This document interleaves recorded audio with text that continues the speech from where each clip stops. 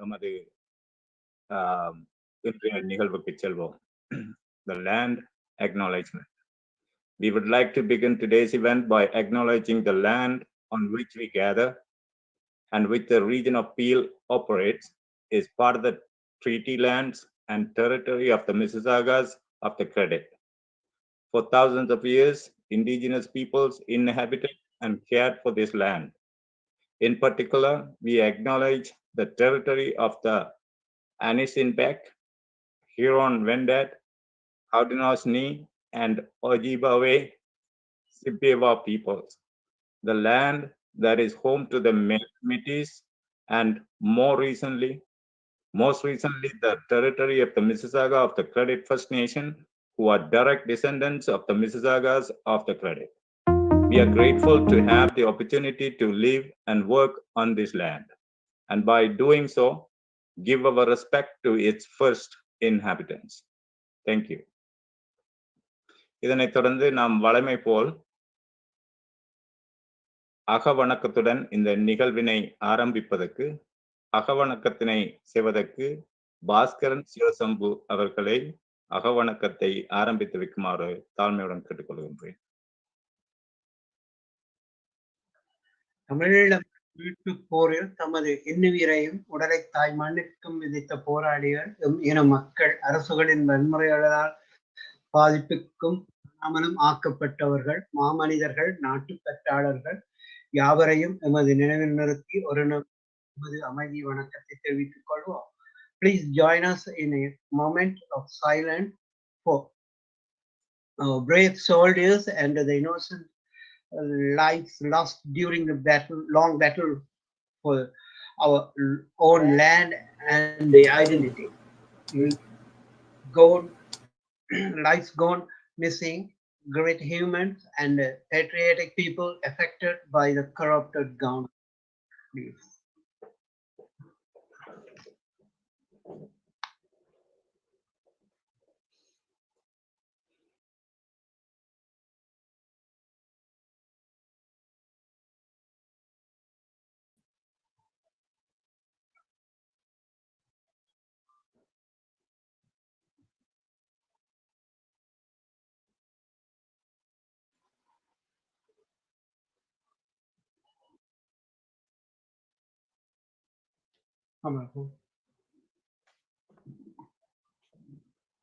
நன்றி. நிறைவு செய்வோம். அதனைத் தொடர்ந்து இன்றைய நிகழ்வு பற்றி ஒரு விளக்கத்துடன் நாங்கள் இந்த நிகழ்வை ஆரம்பிப்போம். தமிழீழ மக்கள் மீது ஸ்ரீலங்கா அரசினால் தொடர்ந்து மேற்கொள்ளப்பட்டு வரும் இனவழிப்பின் 12வது ஆண்டு மெய்நிகர் நினைவு வாரம் நீதியற்ற நிலையில் எனும் தலைப்பில் ஈழத்தமிழர்கள் மீது மேற்கொள்ளப்பட்டு வரும் இனவழிப்பை வெளிக்கொண்டு வரும் விழிப்புணர்வு வாரம் தமிழர் இயக்கம் மற்றும் ஏபிசி தமிழொலி அமைப்பினர் சார்பில் உங்களை இந்த இணையவழி கூட்டத்துக்கு அன்புடன் வரவேற்கின்றனர். இந்நிகழ்வானது மே 18ஆம் தேதி வரை தினமும் நடைபெறும் என்பதனை இங்கு பதிவு செய்கின்றோம். இன்று மிக முக்கியமாக நாம் எல்லோரும் கூர்ந்து அவதானித்துக் கொள்ள வேண்டிய ஒரு முக்கிய விடயம் என்னவென்றால், தமிழர்களின் இனப்படுகொலையை நினைவூட்டும் நினைவு கற்களையே வெறித்தனமாக கோரமாக நொறுக்கி சிதைக்கும் இனவரி கொண்ட பௌத்த சிங்கள பேரினவாத அரச படைகளால் ஆக்கிரமிக்கப்பட்டிருக்கும் தமிழ் மக்களின் அச்ச நிலையில் உள்ள அவல வாழ்வை இதிலிருந்து என்னும் தமிழர்களாகிய நாமும் சர்வதேசமும் புரிந்து மற்றும் புரிய வைத்து தமிழின அழிப்பு மற்றும் தமிழின படுகொலைக்கான நீதியினை பெற சிங்கள பேரினவாத அரசுகளை சர்வதேச குற்றவியல் நீதிமன்றத்தில் நிறுத்தி நீதி வழங்கவும், தமிழினம் சுயாட்சி அதிகாரத்தோடு தமிழ் தேச மக்களாக சுதந்திரமாகவும் கௌரவமாகவும் வாழ்வதற்கு குரல் கொடுக்க வேண்டும் என்பது காலத்தின் கட்டாய தேவையாகும். இந்த நிகழ்வு மே 12ஆம் தேதி நாங்கள் ஆரம்பித்தோம். நாளையிலிருந்து மே 15ஆம் தேதியிலிருந்து காலை 10 மணிக்கு ஆரம்பமாகும் என்பதையும் இங்கு பதிவு செய்து கொண்டு இந்த நிகழ்வின் நோக்கத்தையும் கூறிக்கொண்டு செல்லலாம். இந்த நிகழ்வின் நோக்கமானது இன அழிப்பினால் பாதிக்கப்பட்டவர்களின் நினைவு மற்றும் கண்ணியம் பாதுகாத்தல், தொடரும் தமிழின அழிப்பினை தடுத்தல், இன அழிப்பினால் பாதிக்கப்பட்டவர்களை நினைவுபடுத்தி மரியாதை செலுத்துதல், புலம்பெயர் தமிழர்கள் மற்றும் சர்வதேச சமூகத்தினுடைய குரல்களை எழுப்புதல், இன அழிப்பு குற்றவியல் நீதிக்கான மற்றும் இழப்பீடுகள் உள்ளிட்ட சர்வதேச பதில்களின் தாக்கத்தை பற்றி விவாதித்தல், இன அழிப்பு இடம்பெறுகின்றமையை ஏற்றுக்கொள்ள வைப்பதுடன் தொடரும் இன அழிப்பை தடுத்தல், பாதிக்கப்பட்டவர்களை மேம்படுத்துதல், இலங்கை மற்றும் ஏனைய உலகின் பிற பகுதிகளிலும் இன அழிப்பு குற்றங்களை தடுத்தல் பற்றி விவாதித்தல், முக்கியமாக தமிழின அழிப்பின் நீதிக்கான போராட்டத்தை தொடர இளைஞர்களை உள்வாங்கி பொறுப்பை அவர்களுடன் கையெழுத்தல் போன்றது எமது முக்கிய நோக்கமாக இருக்கின்றது. மேலும் இன்று எம்முடன் கலந்து கொண்டு இந்த நிகழ்வில் உரையாற்ற வந்திருக்கும் ஒன்டாரியோ மாகாண பாராளுமன்ற உறுப்பினர் திரு ஏரிஸ் பாவிக்கியான், பின்லாந்தில் இருந்து இணைந்திருக்கும் நிருஜா தவனேசன் மற்றும் எமது முன்னைய பாராளுமன்ற உறுப்பினர் ராதிகா சித்சபை ஈசன், திரு ராம் செல்வராஜா அரசியல் பகுத்தாய்வாளர், Thiru Sivaji Mahalingam white conch studio Poyya Vilakku திரைப்பட தயாரிப்பாளர்களில் ஒருவர், மேலும் சிறப்பு விருந்தினராக இணைந்திருக்கும் திரு சுரேஷ் பிரேமச்சந்திரன் முன்னைய பாராளுமன்ற உறுப்பினர் இலங்கையிலிருந்து நம்மோடு இணைந்திருக்கின்றார். ஆகியோரையும் இவர்களுடன் பார்த்தி புவன் அவர்கள் ஒரு தாயக பாடலினை வழங்குவதற்கும் இன்று இவர்களுடன் பொய்யா விளக்கு என்னும் திரைப்படத்தின் தமிழின அழிப்பினை பிரதிபடுத்தும் ஒரு பாடலை வெளியிடப்படும் என்பதனை இங்கு பதிவு செய்கின்றோம். இணைந்திருக்கும் அனைவருக்கும் வாழ்த்துக்களுடன் வரவேற்பதில் பெரும் மகிழ்ச்சி அடைகின்றோம். இந்த நிகழ்வினை தொகுத்து வழங்க இன்று எம்மோடு இணைந்திருக்கும் செல்வி திலக்ஷி சிவகணேசன் அவர்கள் ஆங்கிலத்திலும், திரு லவன் முத்து தமிழிலும் தொடர அவர்களை அழைக்கின்றேன். திலக்ஷி கணேசன் அவர்கள் ஓட்டவா கால்டன் பல்கலைக்கழக மாணவியும் ஒரு மனித உரிமை செயல்பாட்டாளருமாவார். திரு லவன் முத்து அவர்கள் புளோரிடா ஐக்கிய அமெரிக்காவில் இருந்து இணைந்திருக்கின்றார். அவரும் ஒரு மனித உரிமை செயல்பாட்டாளர் என்பதை கூறிக்கொண்டு இப்பொழுது செல்வி திலக்ஷி சிவகணேசன் அவர்களுடன் கையளித்து இந்த நிகழ்வை தொகுத்து வழங்குமாறு தாழ்மையாக கேட்டுக்கொள்கின்றேன். நன்றி. திலக்ஷி, unmute பண்ணுங்க. Thank you, Vimal. So, like you said, my name is Sivaji Mahalingam. I will be hosting today in English for all our viewers, alongside with Lavan Muthu, who will be helping translate and host in Tamil today. Enakam Tamil theriyum, but for today's event, I will be hosting in English. So I have the honors of introducing our first event, which is going to be a song about Mulli Vaikal, given to us by Parthi Puvan, all the way from Swiss. Please take the floor. Manikonam, Parthi Puvan is from Canada, Toronto. Oh, sorry. Parthi, unmute பண்ணிட்டேரா?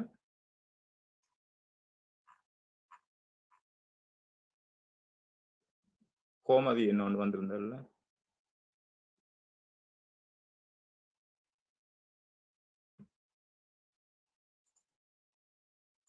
பாத்தி நீங்க இருக்கு unmute பண்ணுங்க.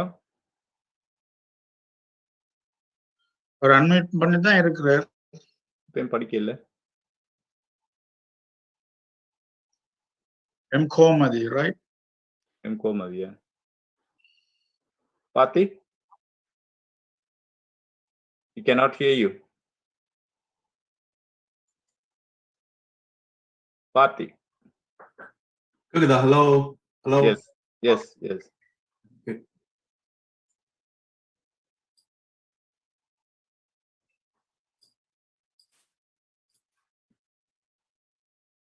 பார்த்தி, நீங்கள் தொடங்கலாம்.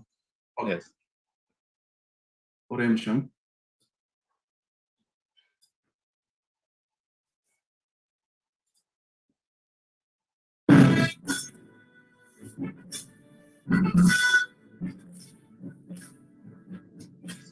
Sound பாருங்க, இருக்க sound வருது இல்ல பாட்டுல?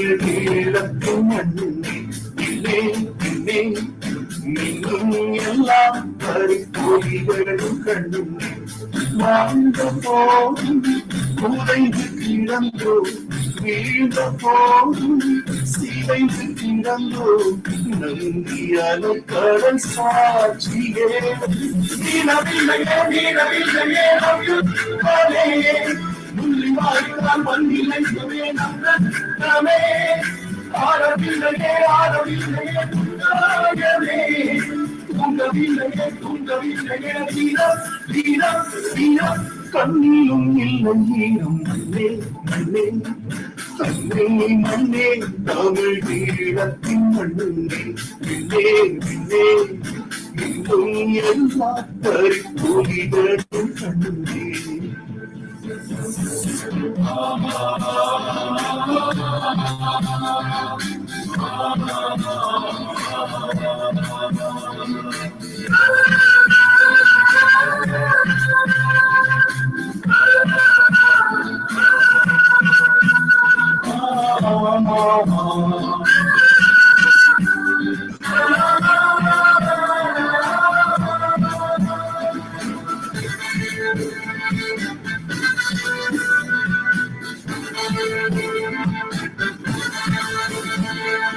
உரிமைகள் இழந்தோம் உடைமைகள் இழந்தோம் உறவுகள் இழந்தோம் உருக்குலைந்தோம் தப்பி பறந்தோம் சொந்த இனத்தை நீக்க துடித்தோம் வாழ்க்கையே இல்லவில்லையே இல்லையே நம்மவே செய்த கைகளே யாசகம் கேட்கும் சூழலே பரவும் இனத்தை விரித்து மாறும் பொருள் சிவனாயிலே அவிக்கும் இனமே தலைவலியும் தமிழன் ஒன்றானே மண்ணே மண்ணை மண்ணே தமிழ் ஈழத்தின் மண்ணே பின்னே பின்னே நீக்கும் எல்லா பறிப்பொலிகளும் கண்ணே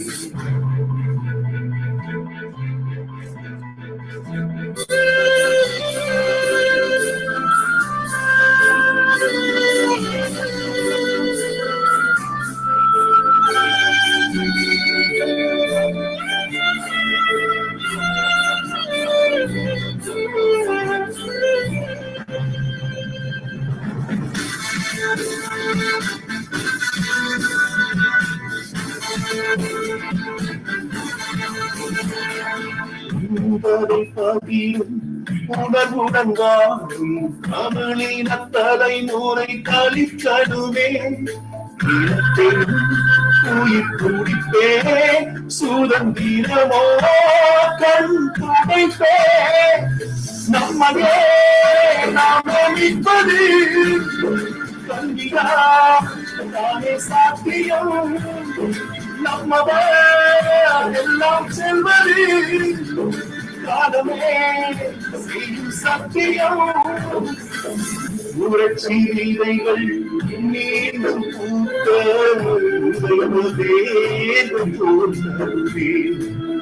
ஏழும் கைகள் ஏழு எடுத்தால் நாடு பிறந்திடுமே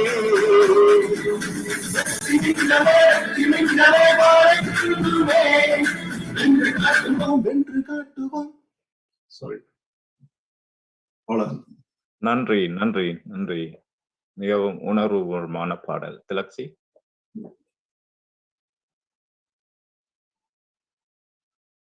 திலக்ஷி திலக்ஷி அன்மியூட் திலக்ஷி அன்மியூட் பண்ணுங்க. she couldn't unmute. பாஸ்கர் அதற்கு பார்த்து கொள்றீங்களா ப்ளீஸ்?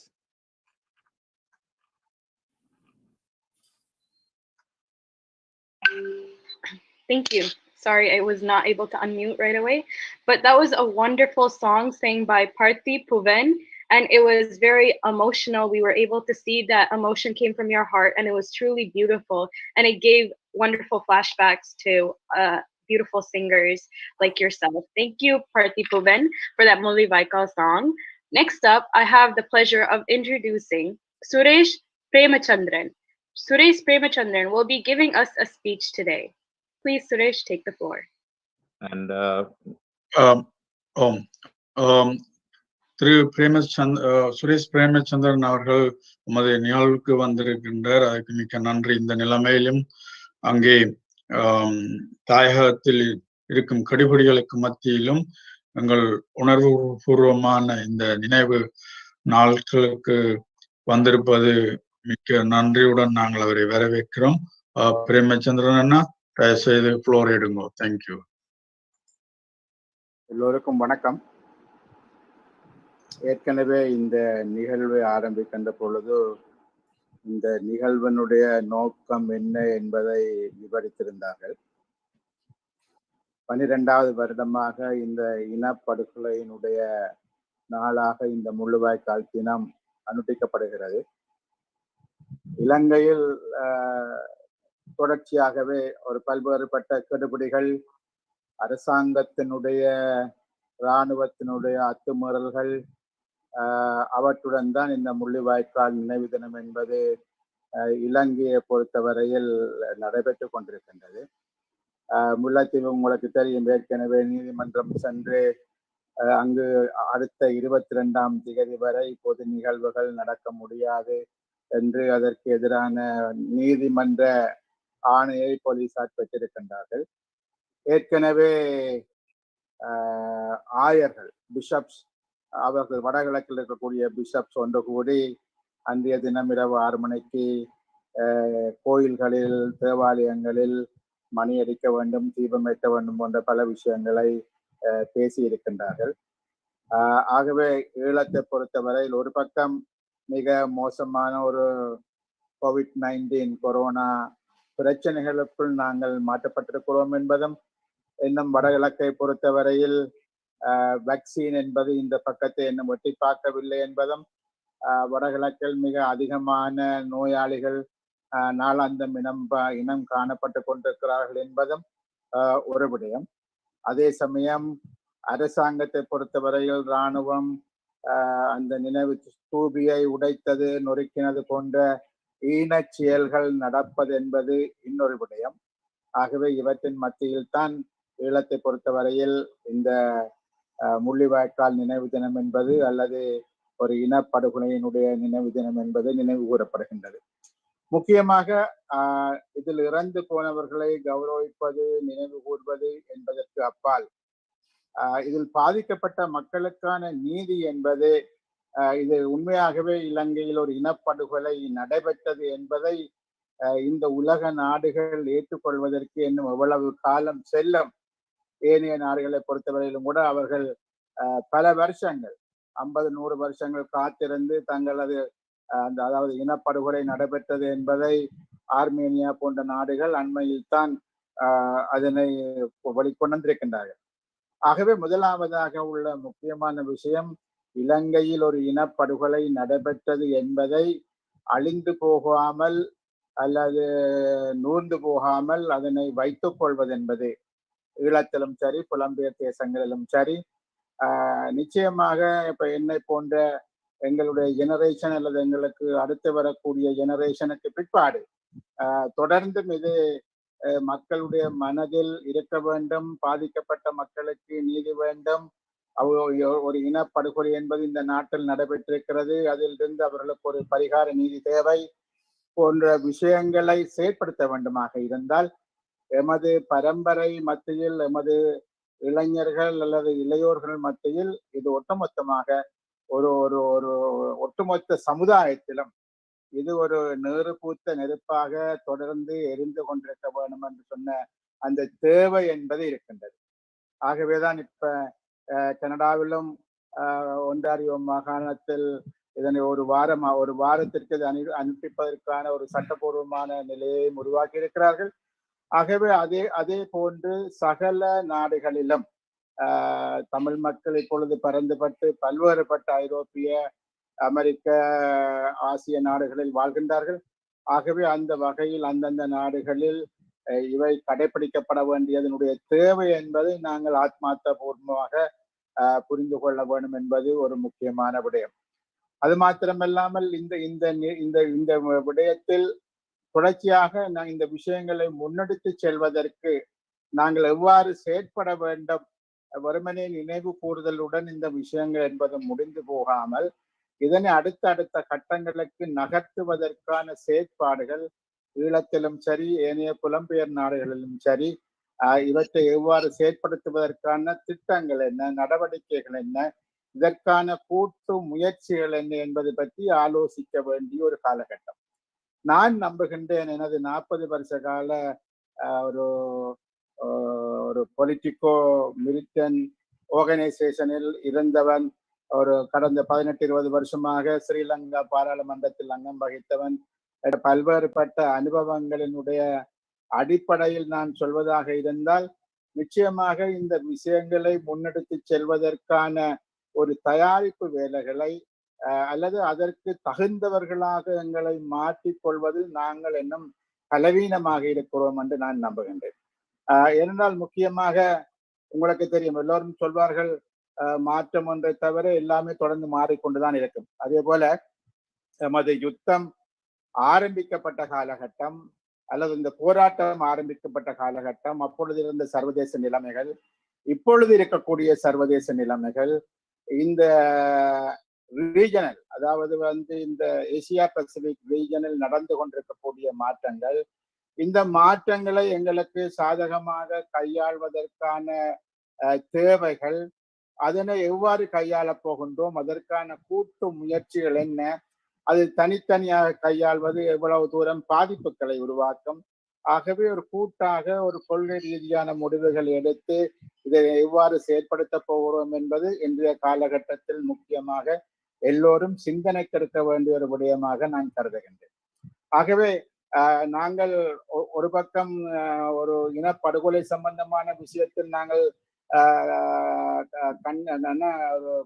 கண்டிப்பாக கண்ணும் கருத்துமாக இருந்தாலும் கூட, அதே சமயம் ஈழத்தமிழ் மக்களினுடைய தேசிய இன பிரச்சனைக்கான ஒரு முழுமையான தீர்வை நோக்கிய எங்களோட பயணத்தில், அந்த பயணத்தில் நாங்கள் இப்பொழுது சந்தித்திருக்கக்கூடிய பல்வேறுபட்ட இந்த மாற்றங்களின் மத்தியில் அவற்றை கையாள்வதற்கான ஒரு தகுதியான நிலைமைகளை உருவாக்க வேண்டும். குறிப்பாக ஈழத்து மண்ணில் இருக்கக்கூடியவர்கள் அந்த விடயம் தொடர்பாக ஆழமாக ஆய்வு செய்ய வேண்டும் என்பது மாத்திரமல்ல, அதே போன்று வெளிநாடுகளிலும் கூட நாங்கள் பல்வேறுபட்ட குழுக்களாக நாங்கள் பிரிந்திருக்கிறோம். உள்நாட்டிலும் வெளிநாட்டிலும் நாங்கள் பல்வேறுபட்ட குழுக்களாகத்தான் இன்னும் பிரிந்திருக்கின்றோம்.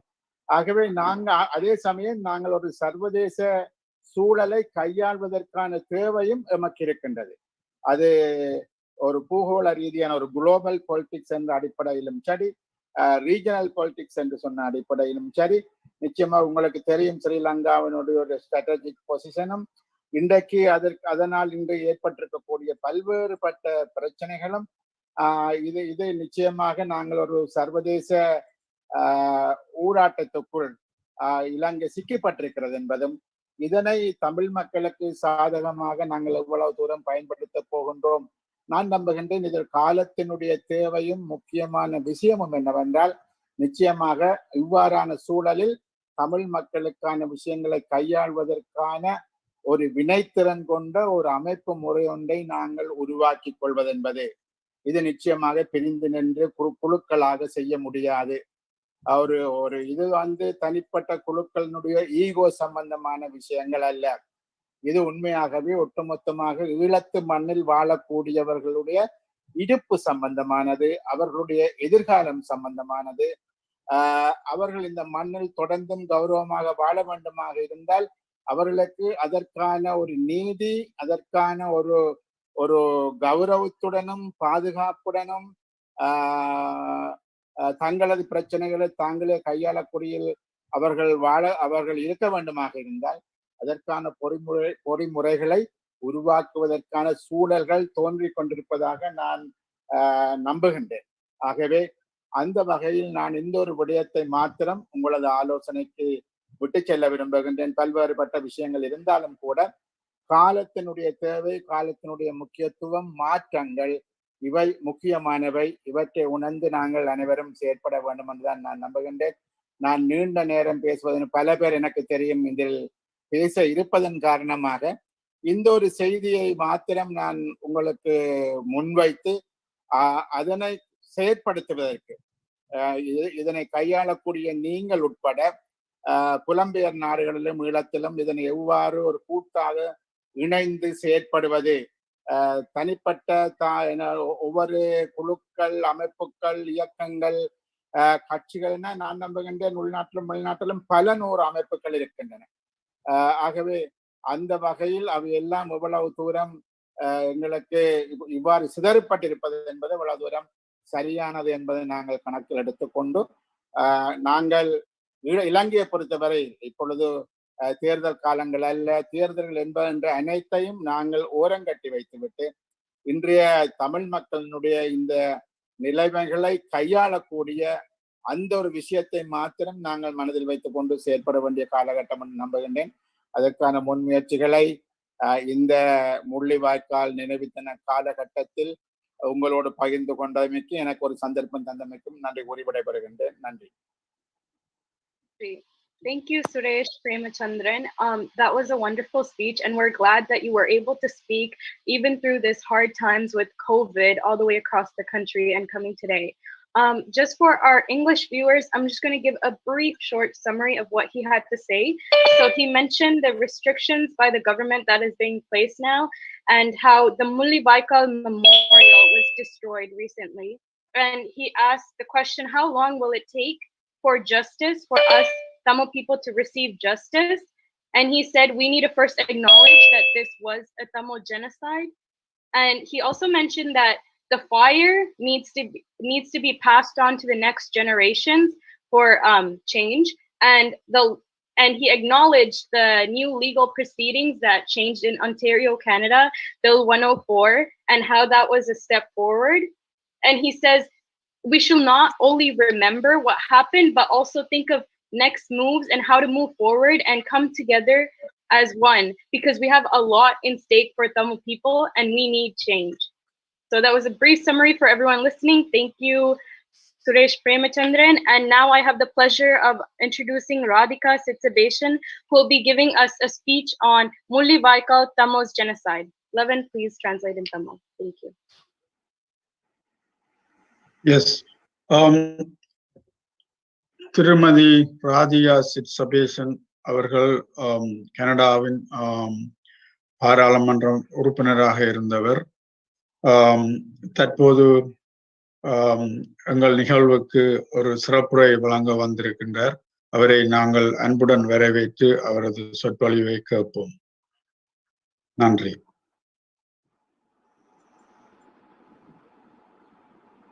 Nandri Levin, thank you. Thank you so much, Tilakshi.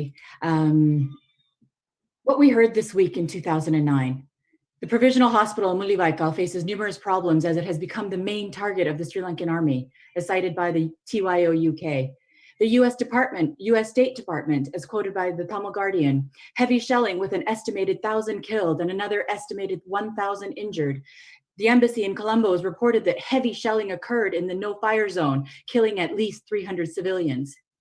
And a witness on the ground, as cited by the Tamil Guardian, recounted there were so many dead bodies that they could not be separated. There were pieces of bodies everywhere, end quote. Our hearts were ripped out as we heard one account after another from any and all sources that we could learn from as to what was happening on the ground in Mullivaikkal. Many in the diaspora community have been working to build awareness and educate the global community over the past 12 years since Mullivaikkal, and we have much more work to do for the decades to come. The Armenian genocide, Holodomor, the Ukrainian famine and genocide, the Holocaust, the Rwandan genocide, and the Bosnian genocide. These are some examples of genocide that have been recognized by the Canadian and other governments globally. We pay our respects to their pain, thank the members of the global diasporas for the work that they have done, the paths that they have paved, and stand in solidarity with these communities as they start and continue to heal. The BBC says genocide is understood by most to be the gravest crime against humanity. Article 2 of the UN Genocide Convention defines genocide as any of the following acts committed with the intent to destroy in whole or part a national, ethnic, racial, or religious group, such as killing members of the group, causing serious bodily or mental harm to members of the group, deliberately inflicting on the group conditions of life calculated to bring about its physical destruction in whole or in part, imposing measures intended to prevent births within the group, forcibly transferring children of the group to another group. The convention also imposes a general duty on states that they are signatory to prevent and punish genocide. Dr. Stanton, the president of Genocide Watch, outlines that a genocide is a process that develops in 10 stages that are predictable but not inexorable. At each stage, preventive measures can stop it. The process is not linear and stages may occur simultaneously. All stages continue to operate throughout the process. 10 stages are classification, symbolization, discrimination, dehumanization, organization, polarization, preparation, persecution, extermination, and denial. If we had the time to dive deep into each of these stages and assess, there are a plethora of examples to demonstrate that what has happened and continues to happen to the ethnic Tamils and minority groups on the island nation of Sri Lanka is, in fact, a genocide. October 12, 1950, saw Sri Lanka's accession of the UN Genocide Convention, and this obliges the nation to not commit genocide, prevent genocide, punish genocide, all in Article 1. And Article 5, ensure effective punishment is provided for persons guilty of criminal conduct, amongst other commitments. The Sri Lankan state has an obligation to protect against genocide, yet they have been the perpetrators. As survivors and members of the global diaspora, we have identified it and finally have grown the courage to call it what it is, a genocide that occurred and continues to occur to ethnic Tamils. Now, we need to get it recognized as a genocide by many governments, the global society, and the United Nations. How we do this and work toward justice for our people is by taking care of one another, end the patriarchy in our community, be less fractured, and unite in our efforts for justice. We must educate our young people and ensure that as a global community, we never forget. We must build alliances with other communities that have similar histories or communities that may be in similar situations today. We must learn and engage with the UN apparatus and processes to be able to meaningfully hold the Sri Lankan government accountable for the atrocities that they have committed. We have 3 avenues to get this issue in front of the International Criminal Court, the ICC, through the Office of the Prosecutor, an independent organ of the court with the responsibility and mandate to independently examine situations under the jurisdiction of the court where genocide, crimes against humanity, war crimes, and aggression appear to have been committed. First avenue, the Canadian government, as a state party to the Rome Statute, may request the prosecutor to carry out an investigation, like what had happened with the Democratic Republic of Congo, Uganda, Mali, etc. Our second avenue is that the UN Security Council refers it, like with Darfur and Libya. But certain countries that are allies of Sri Lanka are on the Security Council with veto power today. So this option is probably not a true viable option for us. The third option is the prosecutor opens an investigation on their own initiative after authorization from judges. This is like the case with Kenya, Cote d'Ivoire, Georgia, Bangladesh, Myanmar. In Canada, we have the largest number of diaspora Tamils and have a responsibility to lobby our government to act on our behalf and refer this matter to the ICC on behalf of its citizens. Simultaneously, we should be providing sufficient evidence to the Office of the Prosecutor to request that the prosecutor opens an investigation on their own initiative. We are a determined and resilient community. We will continue to thrive in any situation we find ourselves in. And as long as we stay united and committed to our goals, we have successful entrepreneurs, academics, politicians at all levels of government.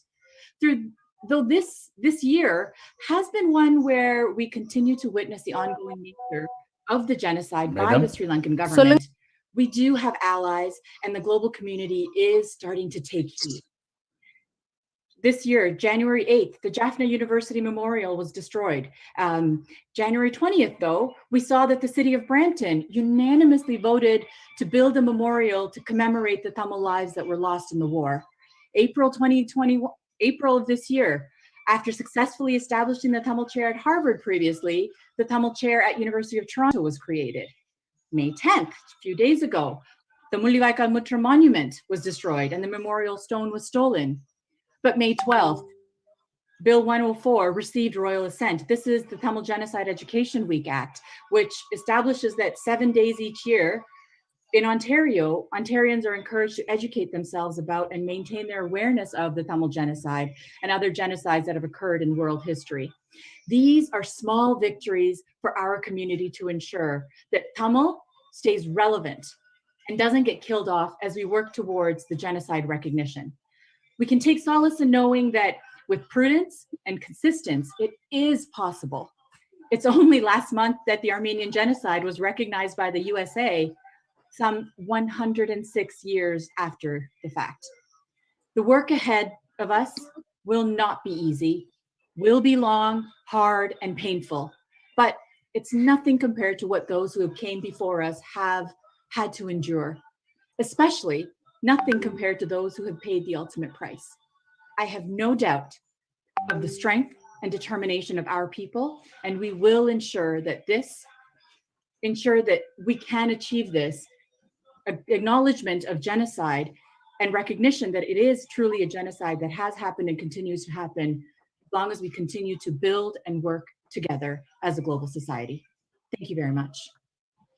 Thank you so much, Radhika Sitsavation. You did an amazing job explaining first by defining what the genocide is, and you explained the legal consequences of it, and then you identify and you acknowledge how we identified it as a community and how we need to come together in order to move forward. And you gave us many wonderful options to move forward with this and explain how it could or could not work.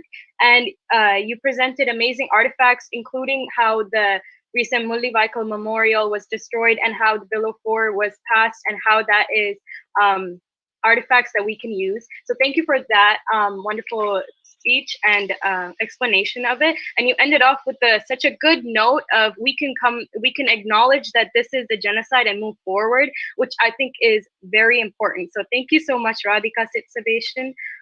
If Wimal or Levin can help me translate that quickly in Tamil, I would really appreciate it. And I'll introduce the next person. Thank you. Yes. Thank you, Radhika. நீங்கள் அருமையாக இந்த இன அழிப்பு விவகாரத்தை சர்வதேச நீதிமன்றத்துக்கு கொண்டு செல்லக்கூடிய வழிவகைகளை பற்றி கூறியிருந்தீர்கள். அது மட்டுமல்லாமல் அந்த இன அழிப்பின் ஒவ்வொரு கட்டங்கள் பற்றியும் சுருக்கமாக கூறியிருந்தீர்கள். நாங்கள் உள்வாங்கி இருக்கின்றோம். அந்த இன அழிப்பு என்பதை என்ன முறையில நாங்கள் எடுத்து செல்ல வேண்டும் என்று கூறினது மட்டுமில்லாமல் ஏனைய நாடுகளில் நடந்த இனவழிப்பு விவகாரங்களை பற்றி குறிப்பிட்டிருந்தீர்கள். முக்கியமாக ஆர்மேனியன் இன அழிப்பை அமெரிக்கா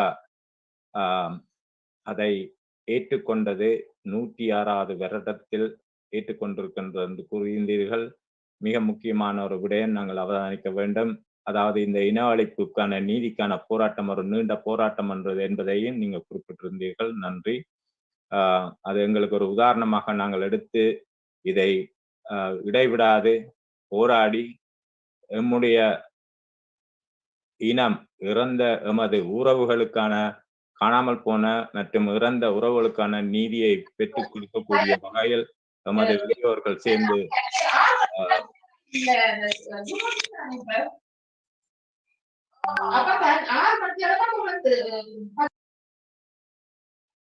இளையோர்கள் எப்படி இதை முன்னெடுத்து செல்ல வேண்டும் என்பதையும் குறிப்பிட்டு அதனைத் தொடர்ந்து இப்பொழுது லவன்.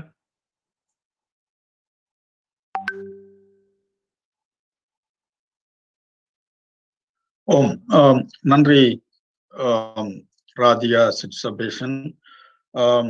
எமது ஈழத்து வரலாற்றில் அப்போது சிலோன் என்று அழைக்கப்படும் நேரத்தில் இலங்கையில் முதல் பெண்மணி நேசம் சரவணமுத்து அவர்கள் 1931ஆம் ஆண்டு முதல் பெண்மணி தமிழ் பெண்மணி பாராளுமன்றத்துக்கு என்ற பண்ணியிருந்தார். இரண்டாவது பெண்மணி ராசமனோகரி புலேந்திரன் 1981ஆம் ஆண்டு இலங்கை பாராளுமன்றத்தில் என்ற பண்ணியிருந்தார். அதன் பின்னர் பத்மினி சிதம்பரநாதன் 2004ஆம் ஆண்டும் தங்கேஸ்வரியும் என்ற பண்ணியிருந்தார்கள். இலங்கை பாராளுமன்றத்திற்கு வெளியில் புலம்பெயர்ந்த தமிழர்களில் முதலாவது பெண்மணியாக ராதிகா சிற்சபேசன் 2011ஆம் ஆண்டு கனடா பாராளுமன்றத்தில் எமது தமிழ் இனத்துக்காக குரல் கொடுத்தார். அவர் இன்று வந்து எங்களுக்கு ஒரு விளக்கம் தந்ததை, தமிழர் பிரச்சனையை எப்படி நாங்கள் கையாள வேண்டும் என்பதை எங்களுக்கு சொல்லி சென்றிருக்கின்றார். அவர்களுக்கு எமது நன்றி.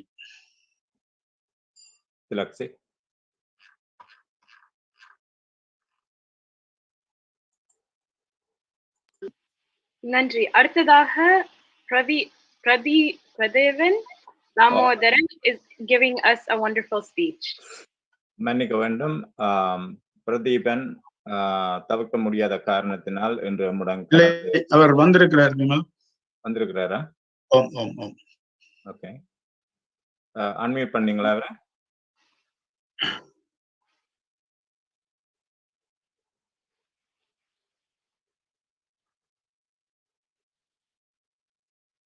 பிரதீபன் வந்திருக்கின்றாரா? வந்திருக்கிறார்.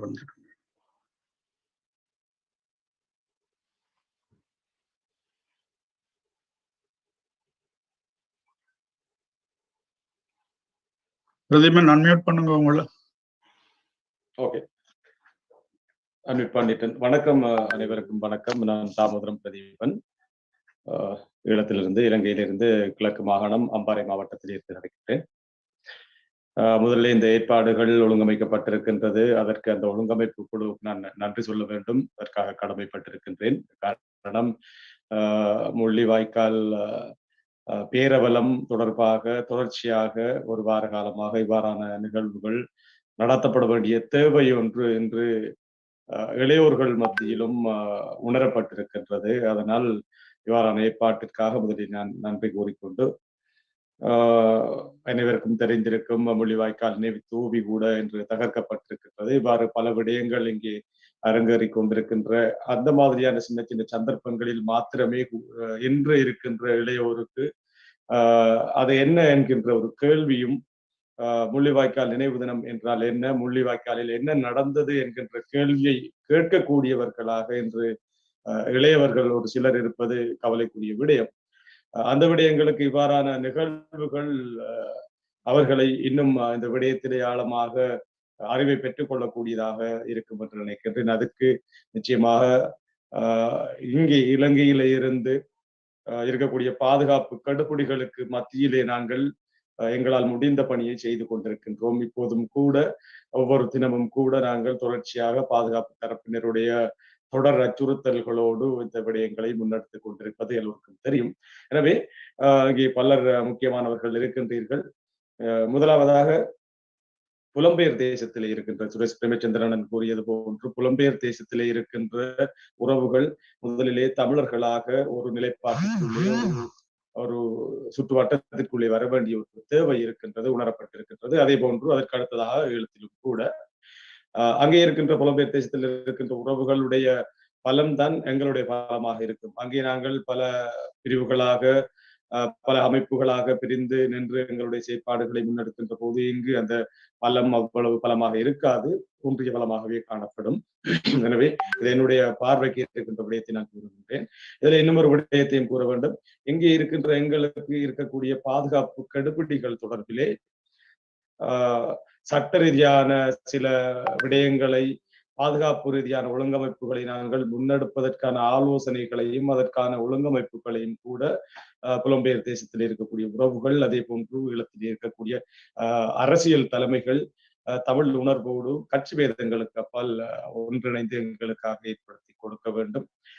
என்பதையும் ஒரு வேண்டுகோளாக நான் வைக்க விரும்புகின்றேன். அதே போல கட்சி அரசியல், தேர்தல் அரசியலுக்கு அப்பால் மக்கள் அரசியலை நடத்துகின்ற தமிழ் உணர்வு மிக்க அரசியல்வாதிகளால், எங்களுடைய தேசியம் சார்ந்த அரசியல்வாதிகளால் தேசியத்திற்கான பயணத்திலே ஒற்றுமையோடு பயணிக்க வேண்டிய தேவையுடையவர்களாக நீங்கள் இருக்க வேண்டும். நான் இந்த முள்ளிவாய்க்கால் விடயத்தையும் நினைவு வேந்தலையும் முள்ளிவாய்க்கால் நினைவு தூவி உடைக்கப்பட்ட தருணத்தையும் வைத்தே கூற முடியும்.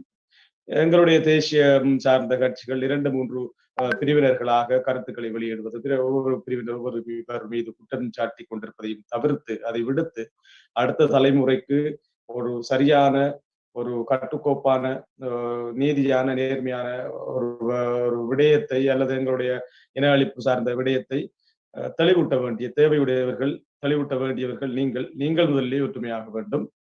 அடுத்த தலைமுறைக்கு இதை கடத்தி செல்ல வேண்டும். இது உண்மையிலே உணரப்பட்டிருக்கின்றது என்று நாங்கள் மேக்சிமம் எங்களால் முடிஞ்ச விடயங்களை செய்து கொண்டிருக்கின்றோம்.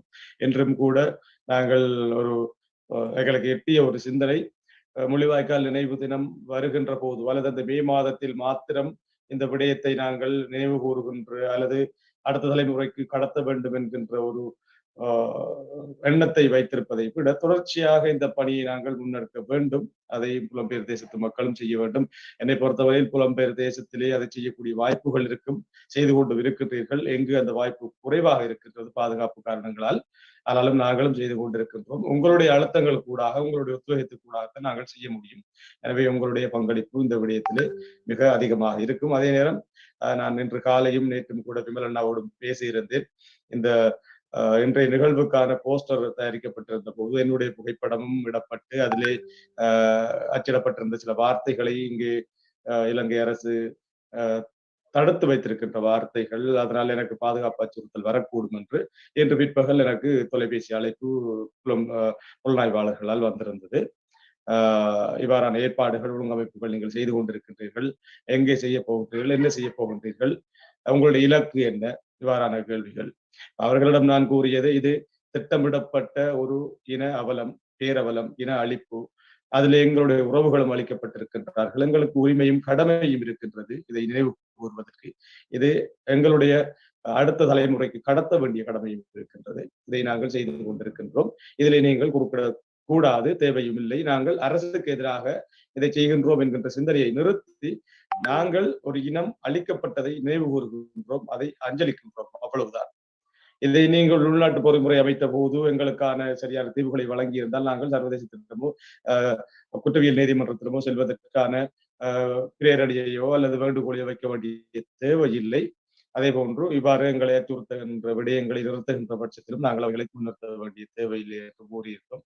இன்று நாங்கள் எங்கள் ஒரு அடையாள முறை தேடிக்கொண்டிருந்தோம். அந்த அடிப்படையில் இன்று இறுதி யுத்தத்திலே எங்களுடைய மக்கள் அந்த இடத்திலே முள்ளிவாய்க்காலிலே பயன்படுத்திய சிரட்டை, அதை முள்ளிவாய்க்கால் நினைவு தினம் என்றாலே அந்த சின்னம் ஒன்று ஞாபகத்துக்கு வர வேண்டும் என்பது போல நாங்கள் சிந்தித்திருந்தோம். ஒரு சிரட்டையும் உப்பும் சிறிதளவு அரிசும் வச்சு நாங்க அதை இஷ்யூ பண்றதுக்கெல்லாம் யோசிச்சிருந்த நாங்க பாதுகாப்பு கடுபடியாக அதையும் செய்யறதுக்கு யோசிச்சிருக்கிறோம். இப்ப நான் எல்லா இடங்களிலும் சுத்தி கொண்டு வர விடயம் என்ன என்றால், புலம்பெயர் தேசத்திலும் ஈழத்திலும் ஒற்றுமை என்கின்ற ஒன்று தேசியத்திற்காக தமிழ் உணர்வோடு ஒன்றுபடுத்தப்பட வேண்டிய தேவை இருக்கின்றது. இளைஞர்களுக்கு, அடுத்து வருகின்ற தலைமுறைக்கு முள்ளிவாய்க்கால் பேரவலம் என்றால் என்ன என்பதை நாங்கள் எத்தி வைக்க வேண்டிய தேவை இருக்கின்றது. முள்ளிவாய்க்கால் நினைவு தினம் என்றால் என்ன என்பதை எத்தி வைக்க வேண்டிய தேவை இருக்கின்றது. பொது இடங்களில் செய்வதற்கு பாதுகாப்பு கடுபிடி இருக்குமா இருந்தால் நிச்சயமாக ஒவ்வொருவரும் உங்களுடைய வீடுகளிலேயே அதை நினைவேந்தல் செய்ய வேண்டும். அந்த நாளை நினைவுபடுத்திக் கொள்ள வேண்டும், அந்த வாரத்தை நினைவில் வைத்துக் கொள்ள வேண்டும் என்பதை வலியுறுத்த வேண்டும். அதை நாங்கள் இங்கே பாதுகாப்பு கடுபிடிகளுக்கு மத்தியில் செய்கின்றோம். புலம்பெயர் தேசத்திலும் அதை செய்ய வேண்டும். உங்களுடைய பங்களிப்போடு இங்கும் அதை செய்ய வேண்டும் என்று நான் கேட்டுக்கொள்வதோடு, நிறைய பேர் பேசுவதற்கு இருப்பீங்கள், அதனால் என்னுடைய நேரத்தை நான் இதோடு நிறுத்திக் கொள்ளுகின்றேன்.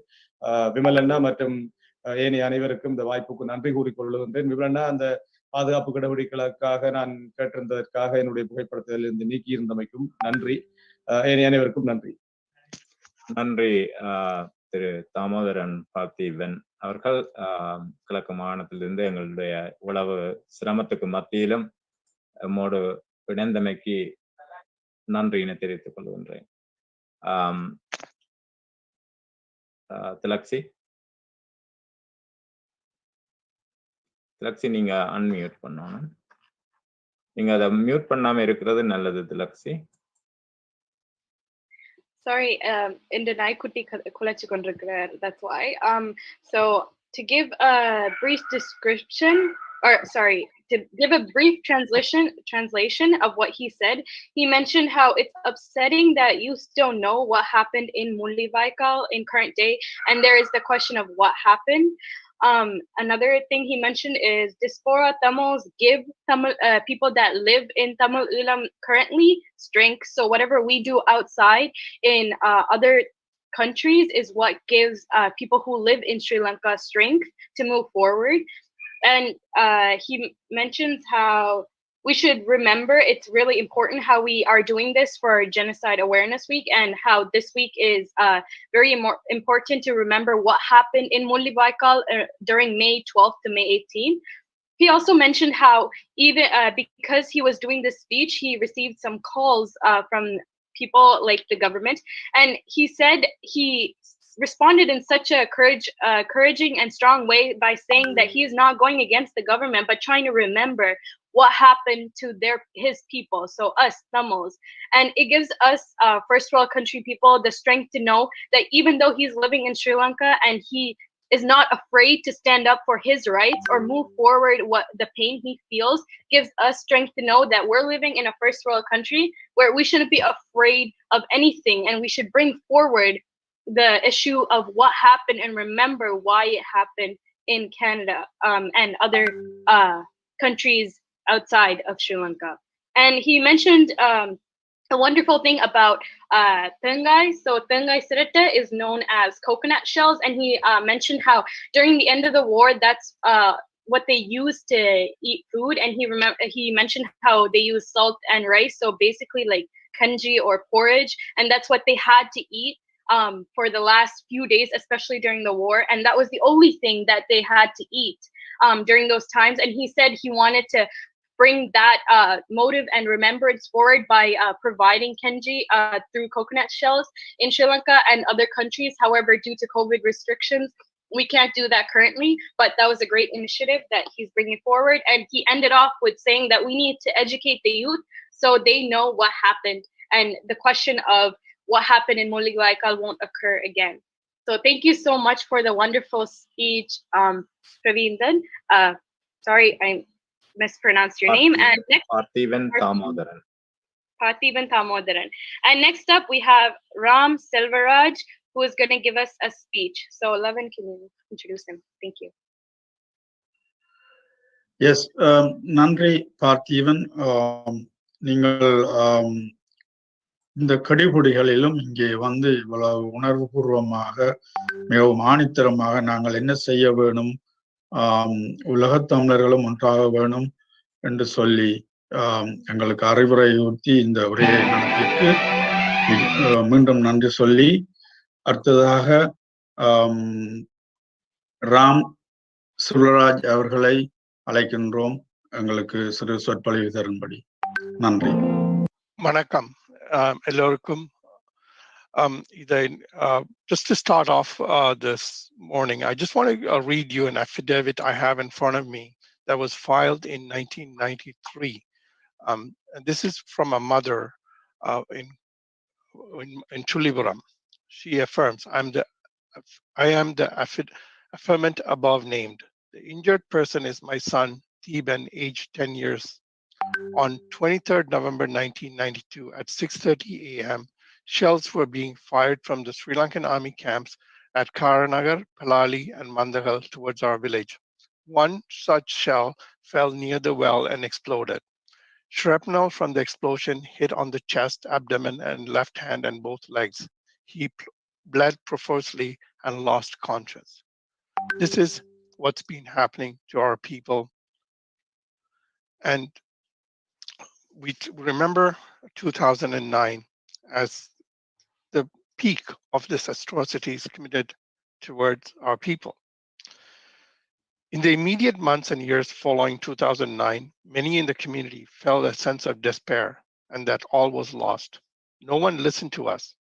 The few that did were on the margins of society, and they were not main players. Over the years, As the economic power of our community has grown and our youth graduating from colleges and universities entered the office towers, our political power has also grown.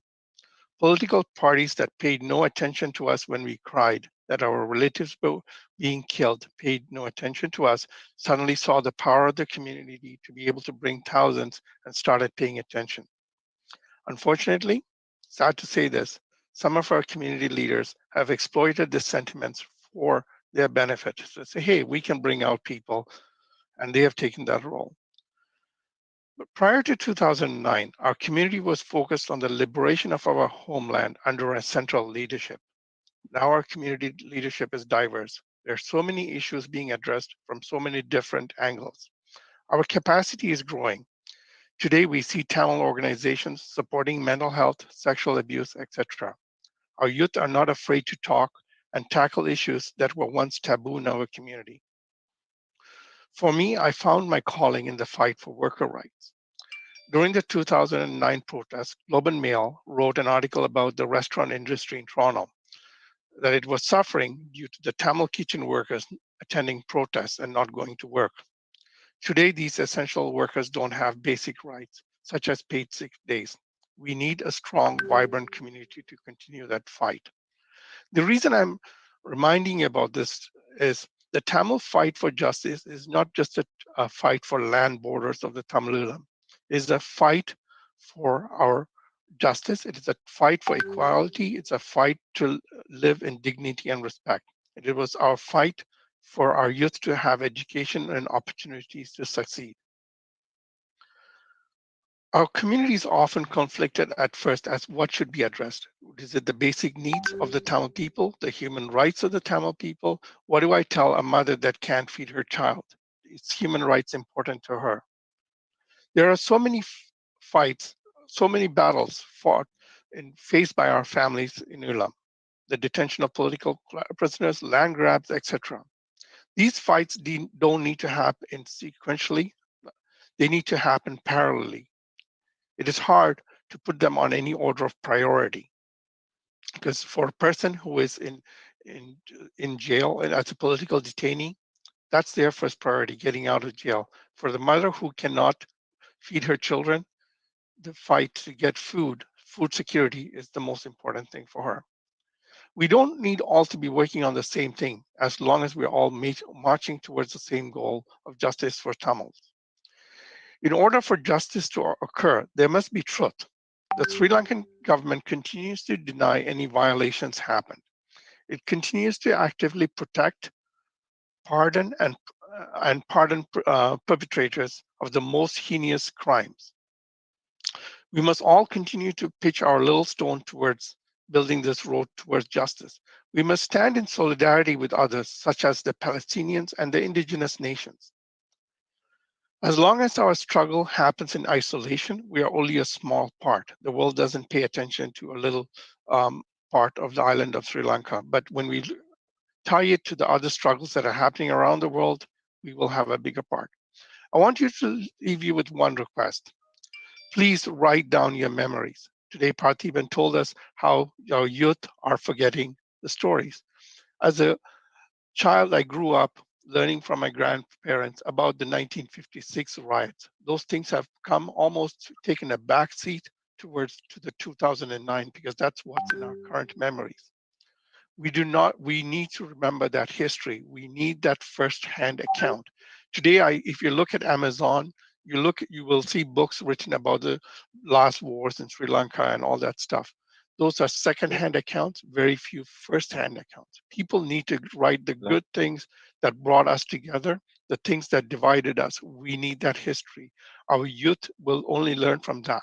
Because it's a struggle to remember the scars of war and to communicate that to the future.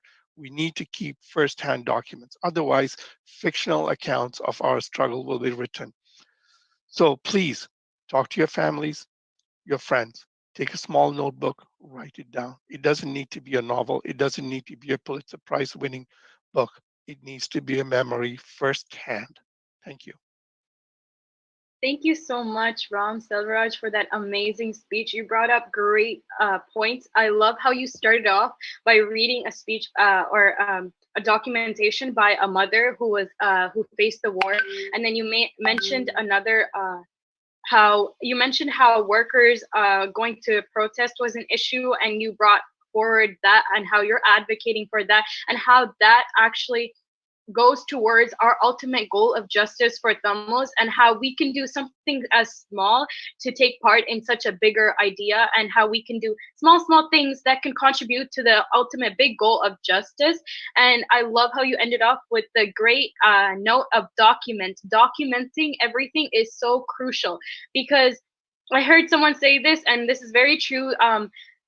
Wars or war from history are often written by the winners, and it's so unfortunate that we had to lose the war at that moment, but that shouldn't be our history. We should document what we faced and write that genocide was our history, and every small documentation that is firsthand is crucial in order for people to understand what happened and move forward the issue. And documentation is, I cannot express how important, so please, everyone watching this, document what you have faced and write it down or share it to someone. Thank you so much again, Ram Selvaraj. Next up, I have the wonderful pleasure of introducing MPP Aris Bibikian. Levan, you can please Aris Babikian. Mr. Aris Babikian. Sorry. நன்றி ராம் செல்வராஜ். அடுத்தபடியாக எங்களுக்கு பேச இருப்பவர் கனடாவை சேர்ந்த MPP Aries பாபிகியான். அவர் புலம்பெயர்ந்த தமிழர்களுக்கு புதியவர் அல்ல, மிகவும் பரிச்சயப்பட்டவர். Please, Mr. Babikian, take your floor. Thank you. Thank you very much, Levan. Thank you very much, Tilaksi, and especially thanks to Wimal for inviting me to participate in this awareness, commemoration, and remembrance of what happened. And I will address my comments as someone who has been active in genocide recognition as a third generation of a survivor of the Armenian genocide. My grandfather was a survivor of the Armenian genocide, and what it means, the recognition, and how communities, victim communities, can remember, commemorate, and pass the torch from one generation to another. Furthermore, I'm going to touch upon why it is important to recognize those heinous crimes in history. So as I said, my story goes back to my grandfather, who survived the genocide. He lost 6 brothers and 6 sisters. He lost 40 people, immediate family members from his family. And I don't know anything about my family root, my family tree, other than my grandfather. So that's why it was important for me to fight, to take this issue and fight for it and fight for the recognition, because I cannot sit down and idle, and when I see that the perpetrator still denies the genocide. As I think Ratika mentioned, Greg Stanton in his studies, in his research, stated that the last act of any genocide is the act of denial. The denial is an important act for the perpetrator, because they don't only victimize the person, the first-hand person, the first generation, but they victimize also the second, third, fourth generation of the families of the victim. And today, until now, when I face a denial of my grandfather's story, his survival story, and it victimized me, it traumatized me, because how can someone sit down and deny my story, my family's story? And that's why it was important for me to work on various aspects, community aspect, political aspect, to bring the recognition. And when we talk about the recognition, why recognition is important? Two reasons. One, for the victim, the survivors, the victim nation, individuals and collective. Because without recognition, reconciliation cannot happen. And reconciliation can happen only when the wound is healed. It can happen when there is a closure for the victims. As long as the denial goes on, the healing and the closure will not take place for you, for me, for other nations. And in addition to the victim and individuals and nation, it is important, the recognition is important because unfortunately, the 20th century is called century of tears. 60 million people in the 20th century were killed due to the crimes of genocide. And we owe it as a victim nation to come together to remind the rest of the world that we cannot allow another nation, another ethnic community to go through genocide and the same experience that we are faced. It is our duty to humanity and mankind to stand on guard and to address this issue heads on, because otherwise other nations will go through it.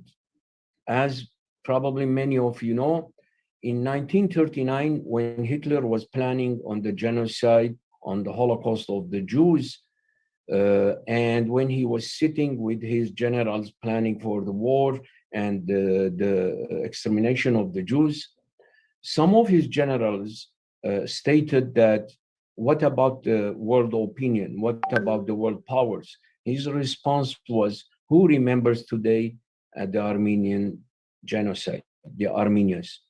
And this was after, I would say, probably 25 years after the Armenian genocide.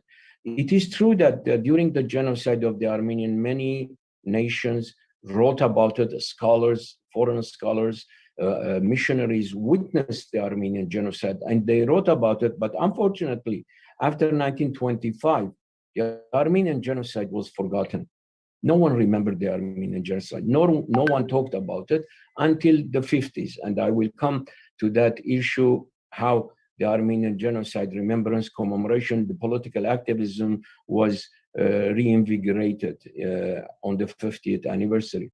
So this is very important that we work towards the recognition. And I have to be very honest with you, it is a long struggle. It is not an easy struggle, as some of the other speakers mentioned, because the perpetrator, especially the government, are learning from each other. Other than the Holocaust, no perpetrator country recognized what they committed to others. We can speak about the Ukrainian Holodomor. Until now, the Soviet Union didn't recognize it. Russia didn't recognize it. Turkey didn't recognize the Armenian genocide. Japan didn't recognize what happened in Nanjing. And I can go on and on and on about the perpetrator country, its attempt to deny it. And unfortunately, all these governments, they learn from each other how to deny, how to divert attention from the real issue. And how do they do it? They do it through two means.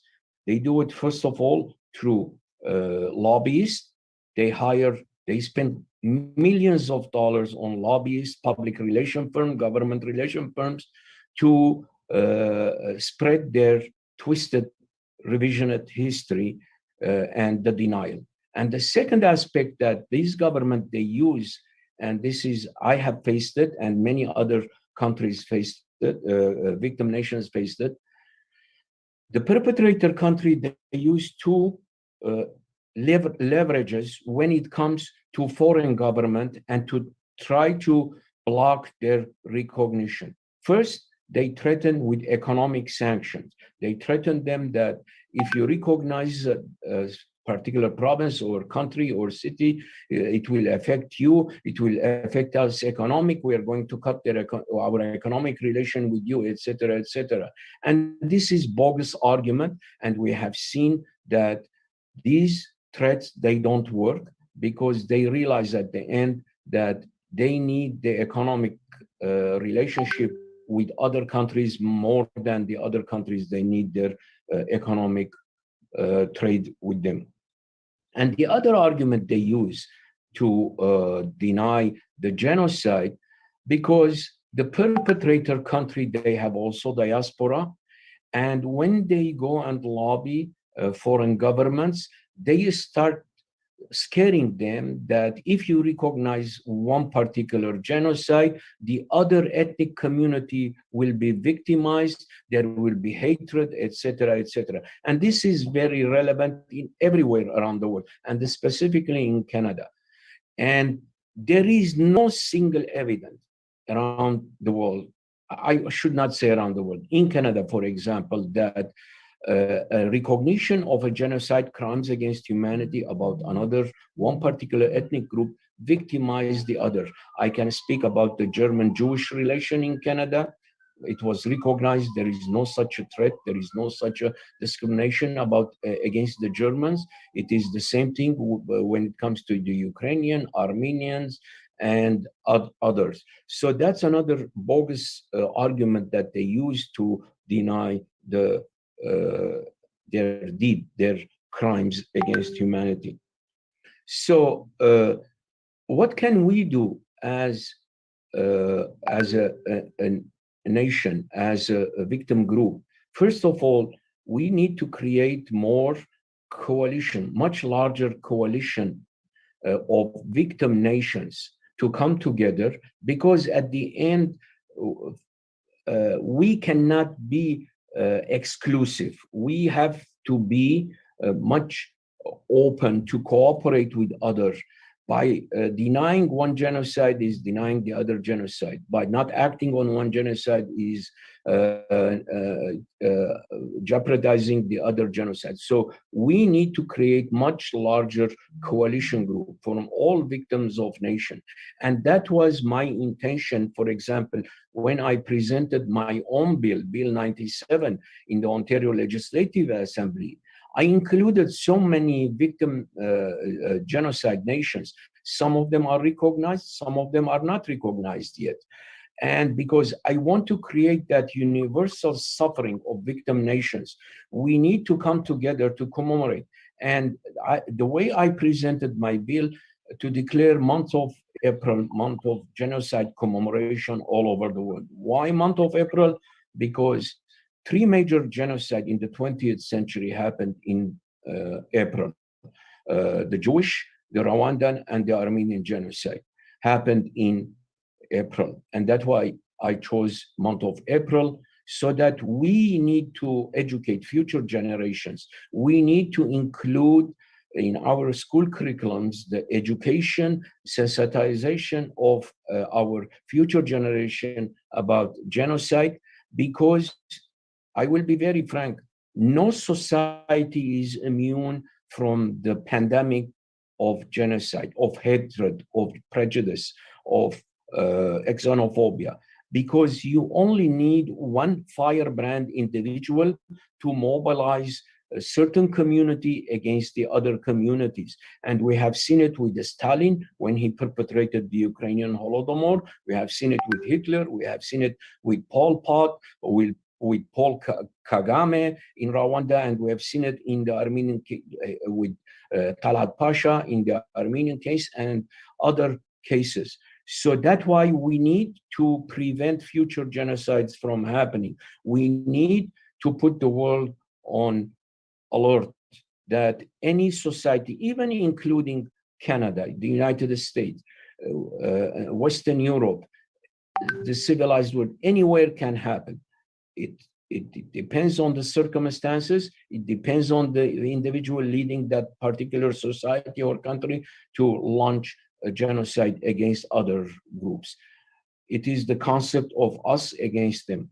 So that's why it is very important that we come together as genocide victims, survivors, and start putting this important agenda on the international community's table, because it is our duty also to leave a better society, better future to the next generations.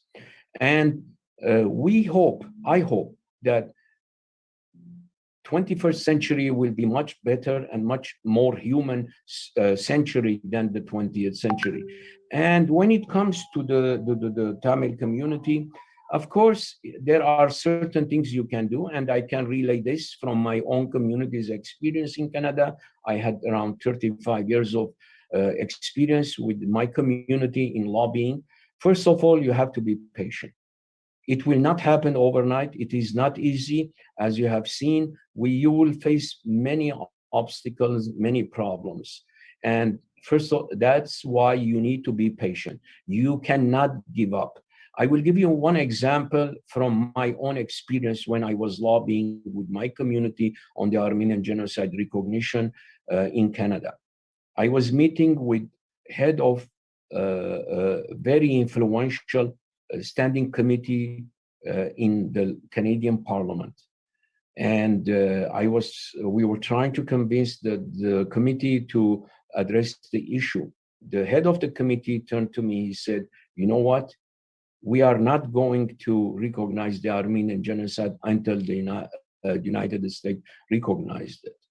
And he explained to me and to my colleagues what are the reasons Canada is not going to recognize it before the United States. I turned to him, I said, listen, that's fine. I respect your opinion, but don't worry. We will come back, we will knock your door.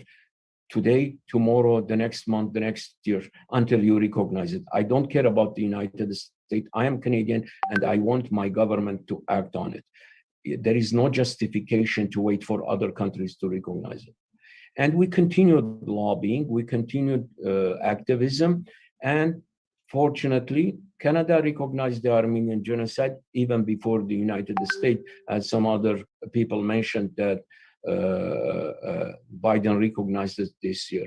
So that's why I'm saying that it is important to be patient. The future generation, the young people, it is very important to teach them the history, the correct history, because if your future generation, they don't know the real history, what happened, you lost the cause. Because the future generations are the ones who are going to carry the torch. And how you do it, some of you mentioned first-hand history, history of survivors. It is very important to videotape those survivors' history, because videotaping these kind of interviews and survivor histories, it is much more powerful than books, thousands of books. As many of you know, a picture is worth 1,000 words. And that's why the videotaping of the survivors' stories is very important. The other thing that the community should be united. I know the Tamil community is not different from my own community or for other communities. I have been involved with the multicultural society in Canada for too long, and I know every community, they have internal division. But the secret is that you can have your own divisions, you have your own point of views, you can disagree with each other. But when it comes to the Tamil genocide recognition, when it comes to sensitization, lobbying, you need to put your differences, your misunderstandings behind you. The Jewish community, they do it very well. The Armenian community also did it, because we have a different organizations. In Ontario alone, in Toronto alone, we have 28 different organizations. Everyone, they do something. But when it comes to the issue of the Armenian genocide recognition, they are all united. So that's another issue that you need to work on as internally. So as you can see, the issue is that externally, we need to build bridges with other victim communities, and we need to create more friends in government circles, in the universities, in the scholars, in the media. The media is also an important element in this struggle. So these are some of the issues that I wanted to share. I can go on for a long time, but my apology. This is something, it is very close to my heart, and I will always work with any victim nation, because what happened to my grandfather, and we cannot let it happen to other people. So thank you very much for the opportunity to speak, to address. I am available anytime for you to reach out individually or collectively to discuss, to throw idea, to collaborate, and share some of my humble experience with the Canadian political system and how the Armenian community was able to bring the recognition of the Armenian genocide on the legislative and executive levels, and also for provinces, Quebec, Ontario, British Columbia, and Alberta. Thank you very much for your patience, and good luck to all of you. Thank you, Aris Babican. I'm going to say a few words from what I'm going to try to say a few words from extract from your speech in Tamil. Please bear with me. Sure. Aris Babican வந்து Armenian சமூகத்தைச் சேர்ந்தவர். இந்த Armenian இன அழிப்பு பற்றி கேள்விப்பட்டிருப்பீர்கள். இவர் அந்த சமூகத்தின் 3வது தலைமுறையைச் சேர்ந்தவர் என்ற வகையில் கடந்த 35 வருட காலமாக அவர் இந்த அரசியலில் ஈடுபட்டு எப்படியெல்லாம் கனடா நாட்டின் அரசியல்வாதிகளையும் அரசாங்கத்தையும் எப்படி அணுகி இருந்தார், தன்னுடைய அந்த அணியின அனுபவத்தை எங்களோடு பகிர்ந்து கொண்டிருந்தார். ஒரு விடயம் மட்டும் அவர் தெளிவாக கூறியிருக்கின்றார், என்னவென்று சொன்னால், இது நிறைந்த தடங்கல்கள், தடைகள் தாண்டி 106வது வருஷம் அமெரிக்கா ஆர்மேனியாவில் நடந்தது இனப்படுகொலை என்பதை ஏற்றுக்கொண்டது. இருந்தும் பல வருடகால முயற்சியின் பிரதிபலனாக கனடா அரசாங்கம் அமெரிக்கா அரசாங்கத்தை முன்பே ஆர்மேனியாவில் நடந்தது இனப்படுகொலை தான் என்பதை ஏற்றுக்கொண்டது. அந்த வகையில் எமக்கு அவர் தரக்கூடிய யோசனையானது, நாம் எப்படி அரசாங்கங்களையும் கனடிய அரசு தரப்பினரையும் அரசியல்வாதிகளையும் நண்பர்களாக்கி எப்படி நாங்கள் முயற்சி எடுக்க வேண்டும் என்பதை பற்றி குறிப்பிட்டிருந்தார். அதுல இருக்கக்கூடிய சிக்கல்கள் கூட சொல்லியிருந்தார். அதனால எங்களுடைய முயற்சியை கைவிடாது தொடர்ந்து நாங்கள் இந்த நீதிக்கான போராட்டத்தை முன்னெடுத்து செல்வதற்கு அரசியல்வாதிகளையும் நாம் வாழ்ந்து கொண்டிருக்கின்ற நாடுகளில் உள்ள அரசியல்வாதிகளையும் அரசாங்கங்களையும் நாங்கள் நிச்சயமாக கைவிடாது முயற்சித்து கொண்டே இருக்க வேண்டும் என்றும் கூறியிருந்தார். முக்கியமாக கூறியிருந்தார், இது ஒரு சாதாரணமாக எளிதாக விரைவாக நடக்கக்கூடிய காரியம் இல்லை என்பதை கடந்த 3 இன அழிப்பு விவகாரங்கள் எங்களுக்கு தந்திருக்கின்றது என்பதை கூறியிருந்தார். அந்த வகையில் ஆர்மேனியன், ருவாண்டா, ஹாலோகாஸ்ட் போன்ற இந்த இன அழிப்புகள் எவ்வளவு காலம் அவர்கள் முயற்சித்து அதற்கான நீதியை பெறுவதற்கான வழிவகைகளை வகுத்தார்கள் என்பதையும் கூறியிருந்தார். அந்த கற்பிப்பை நாங்கள் கையில் எடுத்து, அதே போன்று இது நீண்ட கால ஒரு போராட்டமாக இருக்கக்கூடிய வகையில் இருக்கிறதால எமது அடுத்த தலைமுறையினருக்கு நாம் இந்த விடயங்களை எடுத்து கூறி அவர்களிடம் இந்த நீதிக்கான போராட்டத்தை கையளிக்க வேண்டிய வழிவகையை நாங்கள் வகுக்க வேண்டும் என்றும் அவர் கூறியிருந்தார். அது மட்டுமில்லாது இன்னும் ஒரு முக்கியமான விடயத்தை அவர் இங்கு குறிப்பிட்டிருந்தார். ஆர்மேனியன் சமூகம் தமிழர் சமூகத்தை விட வேறுபட்டதல்ல. எல்லா சமூகத்திலேயும் கருத்து வேறுபாடுள்ள அமைப்புகள், கருத்து வேறுபாடுள்ள தனிநபர்கள், கருத்து வேறுபாடுள்ள அரசியல்வாதிகளும் இருக்கின்றார்கள். ஆனாலும் இந்த நீதிக்கான போராட்டம் என்பது கருத்து வேறுபாடுகள், அமைப்பு வேறுபாடுகள், தனிப்பட்ட நபர்களின் வேறுபாடுகளை தாண்டி இது ஒரு ஒன்று சேர்ந்து முன்னெடுத்து கொண்டு செல்ல வேண்டிய ஒரு முக்கிய நீதிக்கான போராட்டம் என்பதை இங்கே அவர் குறிப்பிட்டிருந்தார். அதை நானும் ஏற்றுக்கொள்கின்றேன். இந்த வகையில் என்னால் முடிஞ்ச அளவு அவர் சொன்ன விடயங்களை குறிப்பாக முக்கியமான விடயங்களை எடுத்து கூறியிருக்கின்றேன். நேரம் போதாம காரணத்தினாலே நாங்கள் அடுத்த இதுக்கு செல்ல இருக்கின்றோம். எங்களுடைய இன்னும் 2 பேச்சாளர்கள் உள்ளார்கள். அந்த வகையில் திலக்ஷி அவர்களை தொடருமாறு கேட்டுக்கொண்டு, thank you mister Aris Davikian for your speech. Wimal, just a quick 2 words if you don't mind. I forgot to mention that the Tamil genocide is also mentioned in my bill, Bill 97, to declare month of April, month of genocide, education, condemnation, and remembrance. Thank you. திருவாளர் Aries பேபிக்கியன் அவர்களும் Ontario பாராளுமன்றத்திலே ஒரு bill சமர்ப்பித்திருக்கின்றார். அதாவது எங்களோட bill 104 மாதிரி. அந்த பில்லில் சர்வதேச ஏனைய நாடுகளின் நடந்து கொண்டிருக்கின்ற இன அழிப்பினை ஒரு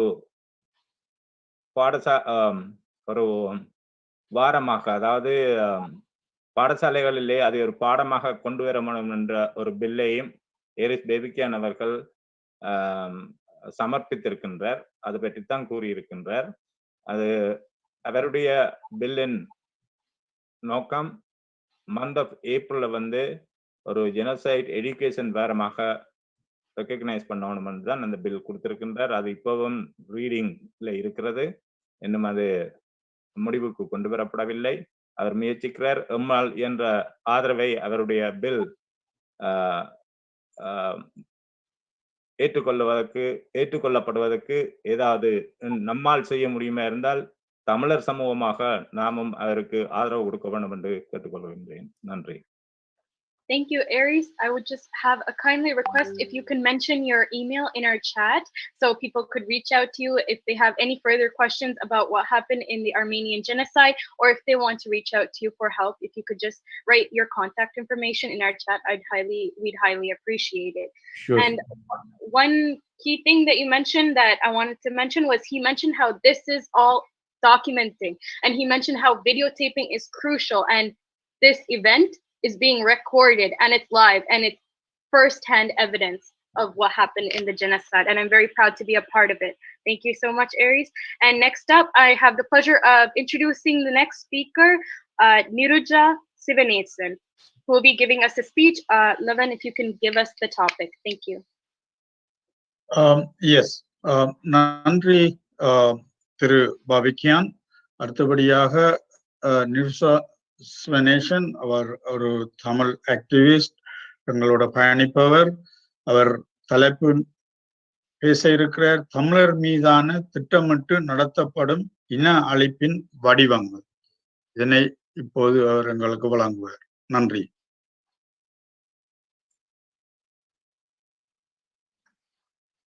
நீங்க அன்மியூட் பண்ண இல்லையா?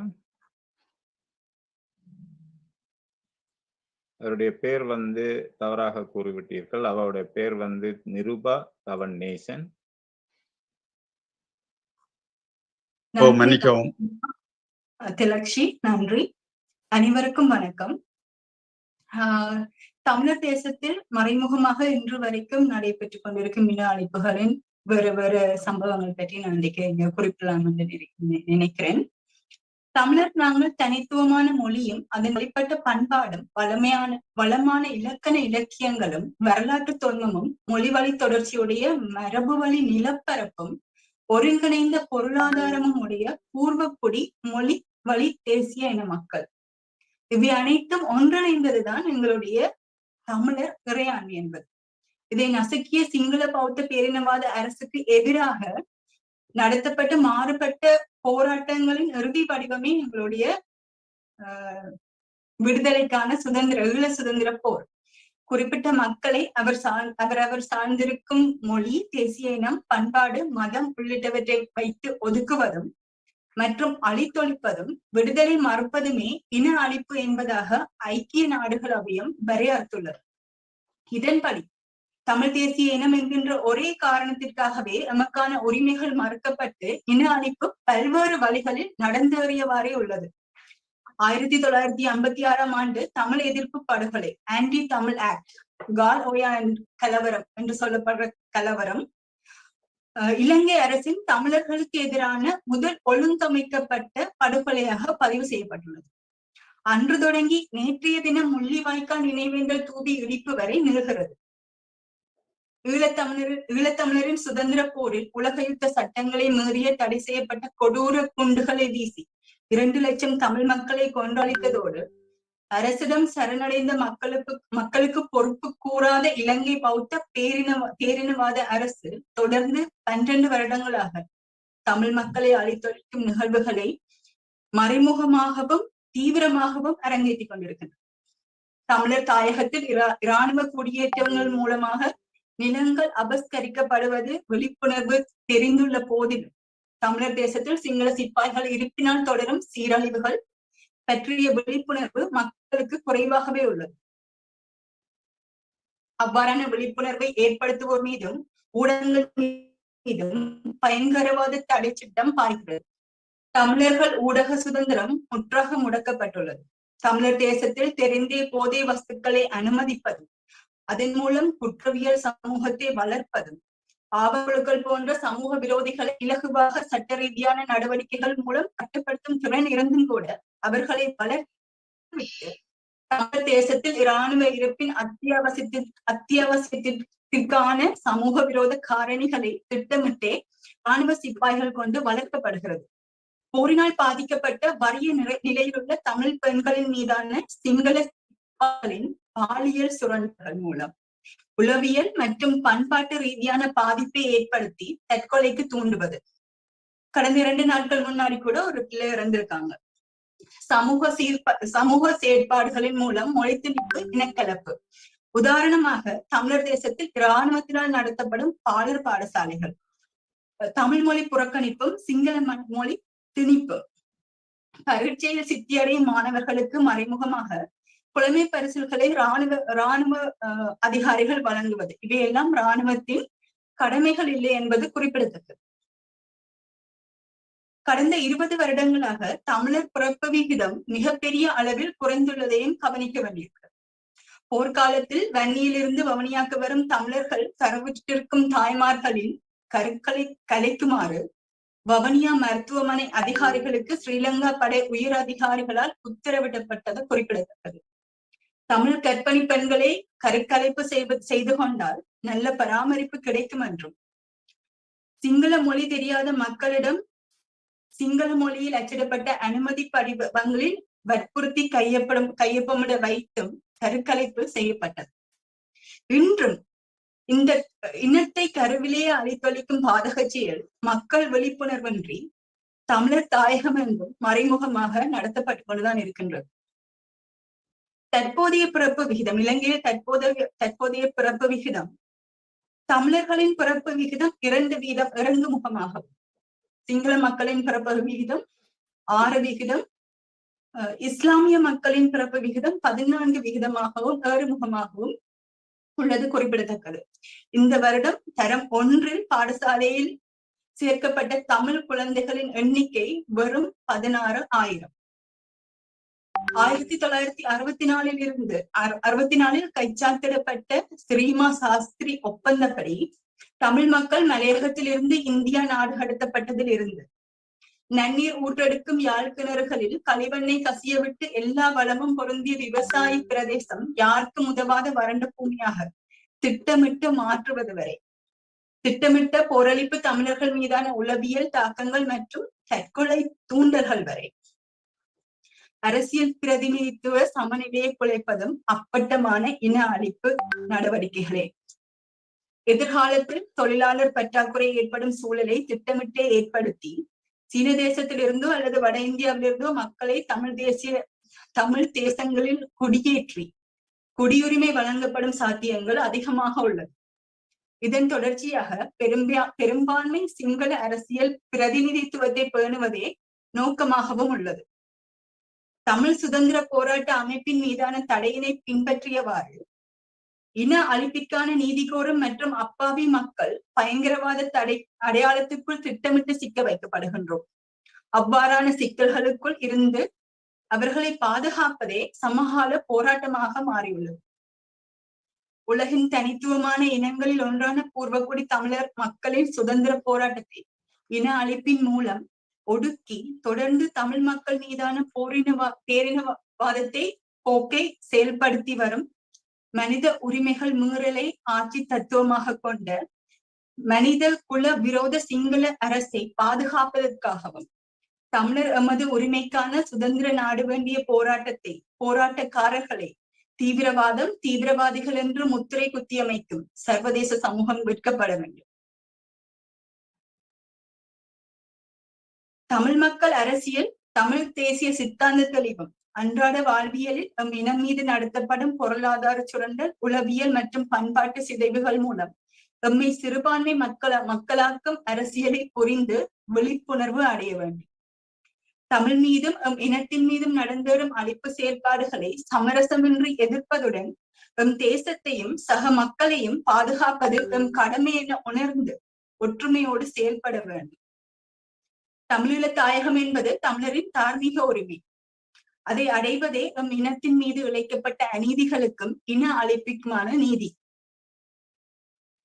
இன்னும் வெளியில் சொல்ல முடியாத நிறைய பிரச்சனைகள் எங்களோட நடந்து கொண்டே இருக்கு. இதுக்கு முன்னாடி பேசியவர்கள் பதிவு செய்தது போல ஆதாரம் வெளியில வந்து ஆதாரங்களோடு சொல்றதுக்கு எல்லாரும் பயப்படுற நிலையில நாங்கள் நடைபெற சிக்கல்கள் அனைத்தையும் பதிவு செய்து வைத்துக் கொள்ள வேண்டிய தேவைகள் இருக்கு. இதை பற்றி தொடர்ந்து பேசிக்கொண்டே இருக்க வேண்டிய தேவையும் இருக்கு. இந்த தளத்தில் எனக்கு என்னுடைய கருத்தை பதிவு செய்ய அனுமதித்தமைக்கு நன்றி. வாய்ப்புக்கு நன்றி. வணக்கம்.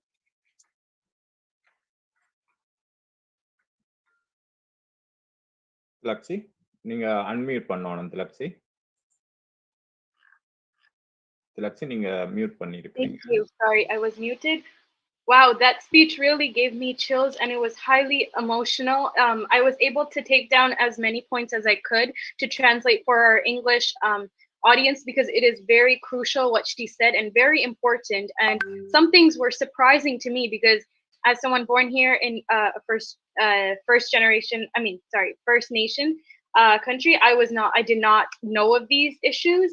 But she mentioned obviously the genocide and how it's seen, and she gave straight facts and artifacts of how it is seen and gave us information. So she mentioned a little bit of history in the 1950s, how there was an anti-Tamil act that occurred. And then she goes on to mention, she was giving just straight facts, and that was beautiful. So she mentions how 2 laksham Tamils died from bombings, and how for 12 years this genocide occurred and continued, and so many things were hidden in the way they killed Tamils. And she said something that I did not know. 2 days ago, there was a girl that died which is an evidence that it is still occurring, and she was Tamil. And which most of you might not know whom it is. And another thing she mentioned was there were so many women that were raped and they were forced to take birth control pills. They were forced to kill their children because they wanted evidence to hide. And as a woman hearing that, I cannot even bear to imagine how traumatizing that medical malpractice would be, that you are first raped and second forced to kill the child that you are bearing in order to hide evidence that there is a genocide occurring. And it was very encouraging as a woman that you brought that forward so that other women can understand what people are facing. And she also mentioned how farmers were forced, their lands were destroyed intentionally to say that their lands were not worth anything. And she also mentioned how suicide or tetkole was encouraged by others. And she brought up that at the end of the day, these are our basic human rights, our fundamental rights that some Tamils are like forcefully being taken away from. Like they do not have these rights as not getting raped or saying no, and then B, being forcefully medically malpracticed where they had to take birth control pills or remove the child unwillingly, and how farmers had to go through these, or how suicide, such a horrible thing, is encouraged by others. And thank you so much, Nirjaz, for bringing up such an emotional and very factual, where you brought straight evidence to the table. And this is very important because now this is all documented and we have firsthand evidence of this.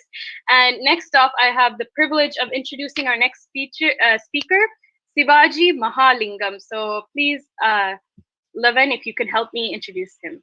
Thank you. I may have to jump in. Sivaji Mahalingam இங்கு நம்மோடு இணைந்திருக்கின்றார். White conch என்ற அமைப்பு, அதாவது ஒரு அமைப்பின் சார்பாக நீங்கள் எல்லோரும் அண்மையிலே பரவலாக கேள்விப்பட்டிருப்பீர்கள். நம்முடைய முள்ளிவாய்க்காலில் நடந்த இன அழிப்பு சம்பந்தமான ஒரு படம் ஒன்று தயாரிக்கப்பட்டது, திரைப்படம் ஒன்று தயாரிக்கப்பட்டது. அந்த திரைப்படத்தின் பெயர் பொய்யா விளக்கு. இந்த பொய்யா விளக்கு முக்கியமாக முள்ளிவாய்க்காலில் நடந்த இனப்படுகொலைகள் சம்பந்தமான ஒரு திரைப்படம்.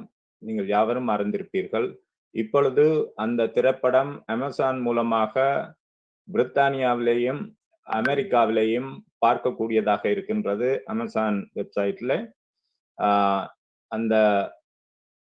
அந்த திரைப்படத்தை ஊக்குவிக்கும் முகமாக நான் இங்கு பதிவு செய்ய விரும்புவது என்னவென்று சொன்னால், கனடாவில் இருந்தும் அந்த அமேசான் இணையதளத்தில் பார்வையிடுவதற்கு நாம் எல்லோரும் அதனை சென்று பார்வையிட்டு கனடாவிலேயும் அதை அமேசான் பார்வையிட வசதி செய்து கொடுக்கும் வகையில் எல்லோரும் நம்முடைய ஆதரவை கொடுக்க வேண்டும் என்று விரும்புகின்றேன், நான் பதிவு செய்கின்றேன்.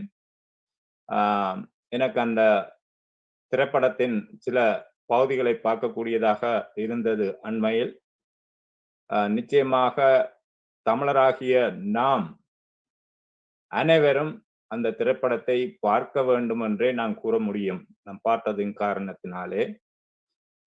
அந்த திரைப்படத்தின் ஒரு பாடல், முள்ளிவாய்க்கால் இன அழிப்பு சம்பந்தமான ஒரு பாடல் ஒன்று இன்று இங்கே வெளியிட இருக்கின்றோம் என்பதை உங்களுக்கு மகிழ்ச்சியுடன் தெரிவித்துக் கொள்கின்றேன். மற்றும்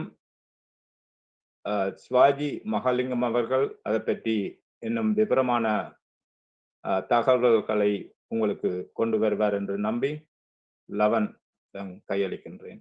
நன்றி. நன்றி நிருஜா. இப்பொழுது சிவாஜி அவர்களை சொற்பொழிவாற்றும்படி கேட்கிறேன். நன்றி.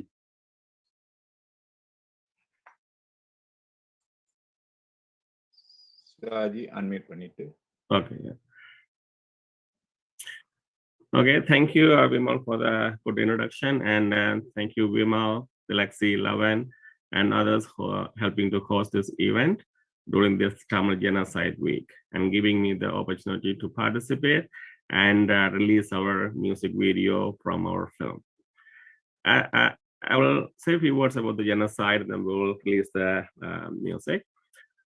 As the Sri Lankan government is trying to erase our memory, our history, and destroy our memorial structure, it is important that we continue to remember this Tamil genocide during this Tamil Genocide Week each year and every year in order to pass it to the next generation.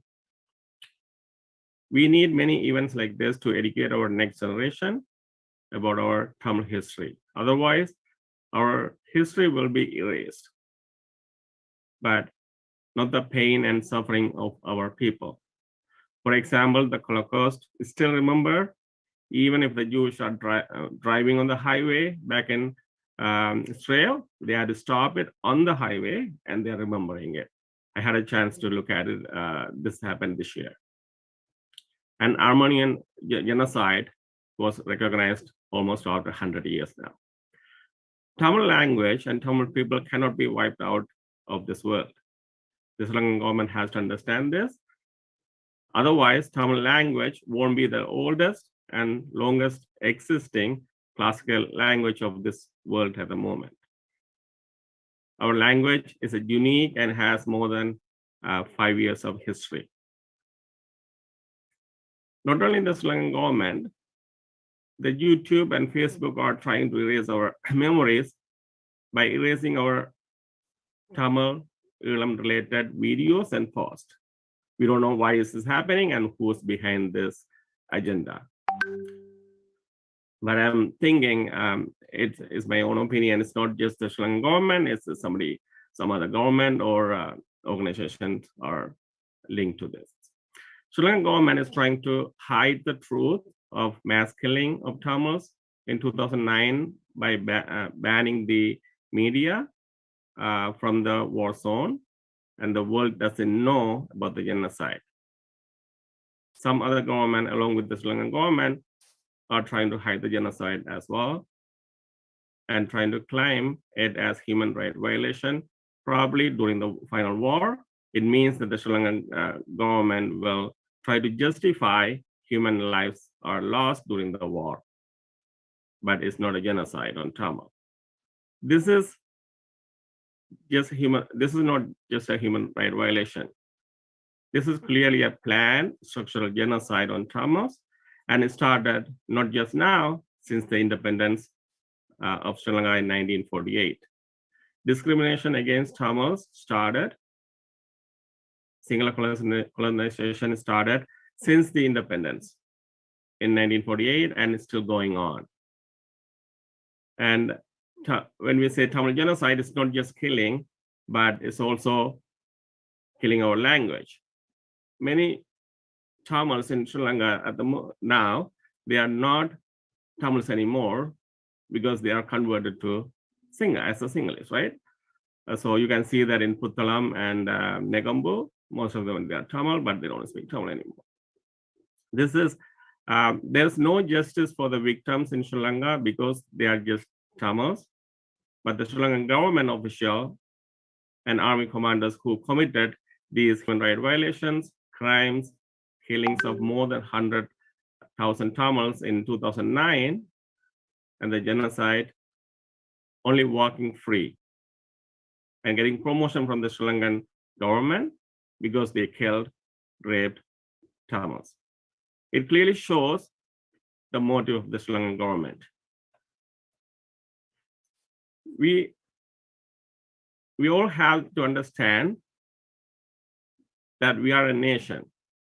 Tamil people are a nation in Sri Lanka, or Tamilam, which existed for more than for a long time. But the Sri Lankan government and its troops, armies, are occupying our nation and killing our people, destroying our land. They must leave our land.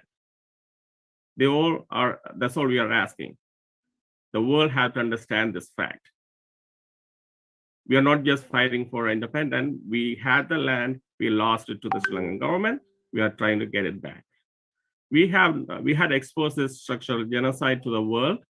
We are inch by inch achieving this goal of exposing Sri Lankan government agenda on Tamil genocide to the world.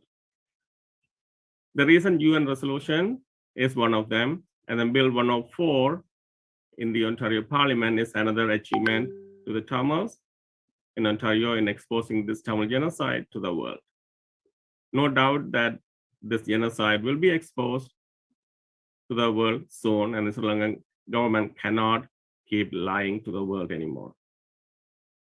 The world will come together one day to recognize the Tamil genocide and recognize the Tamil Elam Tamils as a nation who can once again live peacefully in our homeland, Tamil Elam.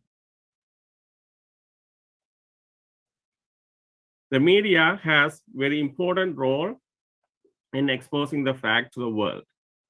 Movie is a powerful visual medium that will expose anything, including a genocide, to the world.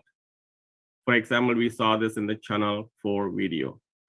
This is why we needed a movie to take this Mullivaikkal issue to the world and expose the Sri Lankan government's hidden agenda of massacring Tamils in Mullivaikkal and its colonization. Some like-minded people came up together to produce this movie, and we formed a company called White Conch Studios in order to produce this movie and expose this genocide to the world. The film is called The Lamb of Truth, in Tamil, Poyya Vilakku. It is important to document our history. If we don't document, it will be washed out. A picture tells the story. Film speaks the universal language. Documentary and realism films can be utilized, better engages audience and the message being told to the world. The film is the better medium to communicate with young people and especially the non-Tamils audience to visually see it. So this film was produced as a medium for documentation. The film, based on the events happened during the last stages of genocidal war in Sri Lanka or Tamil Elam, a doctor's struggle to serve the people and save the innocent civilian is captured in this full-length feature film. The movie is a true story of what happened in the final stages of Mullivaikkal in 2009. All the scenes in the film are witnessed by Dr. Varadaraja, who served in the final stages of the war. The film was selected to be screened at the prestigious International Film Festival of India in Goa a few months ago in January 2021 and nominated for the UNESCO Gandhi Medal. And this film has already won more than 20 awards in the World Film Festivals, including Norway Tamil Film Festival and Toronto Tamil Film Festival. Now the film is available in Amazon Prime Video. Please watch and share this with your friends and anyone you know, in order to spread our true story to the world. So we are releasing this song from this film, Mannai Ilandom, Thai Mannai Ilandom. இந்த பாடல் பொய்யா உலக திரைப்படத்தில் இடம்பெற்றது. ஈழத்தின் தமிழர் மீதான இன அழிப்பின் சாட்சியங்களை ஒரு மருத்துவரின் அனுபவங்கள் ஊடாக இந்த திரைப்படம் எடுத்து வருகின்றது. This video song will be also available on YouTube channel as of noon today. So we just released that. Yeah, so Vimal and everyone, thank you and for the opportunity, and then we are ready to release the video. Tilaksi, you want to comment before I start? Yes, thank you so much, Sivaji Mahalingam. So I had the pleasure of actually watching this movie in theaters when it was released. So I watched it, I think a year ago or 2 years ago around that time. And when I watched this movie, there was this one scene that actually made me tear up and start crying. It was where, to describe it, it was where there was a picture of 3 different types of gods. So I believe it was a Playar, a Buddha, and a Jesus photo. And these people, bombings were happening and they were praying and hoping that at least God would help them. And then they ended up dying. It was a little child holding the photos and they ended up dying. And it made me super emotional to think that even regardless of the religion that they believed in and who they prayed to, that no God was there to even lend them a hand and give them life or allow them to live. It got me truly emotional as a Hindu believing in God as well. And it's amazing that what you're doing is bringing forward documentation and songs. And thank you so much, Dr. Vedadaraj, for bringing forward firsthand evidence and speaking up about what you saw and expressing it in order to create a film out of it called Poya Valakku, Lamp of Truth. As well, Sivaji, in your speech, you mentioned a great point of how there is a genocide occurring since 1948, the time where Tamils got independence. And you also mentioned a great point of how people are, you can see that through evidence of how they're trying to hide or take off or delete Elam videos or Elam Tamil related things on YouTube and Facebook. And this did occur for a little bit of time on Instagram and Spotify as well, where they were trying to, other platforms where they tried to erase our history and our Tamil language. And thank you so much for giving us the speech. And now I'll give it back to Vimal. Thank you. நன்றி. Eleven ஏதாவது சொல்ல இருக்கா? இல்லைன்னா நாங்கள் வேல் வந்து இப்ப அந்த பொய்யா விளக்கில் வரும் ஒரு பாடலை இப்பொழுது இங்கே ஒளிபரப்புவோம். Small note. சிவாஜி நன்றி. இது சிவாஜிக்கு பின்னால் ஒரு டீம் இருக்கிறார்கள். நமது தமிழர்கள் இந்த படத்தை எடுத்து ஒரு ஆவணம் படமாக ஆக்கியிருக்கிறார்கள். இந்த சந்தர்ப்பத்தை அவர்களுக்கு நான் நன்றி கூற விரும்புகின்றேன். நன்றி.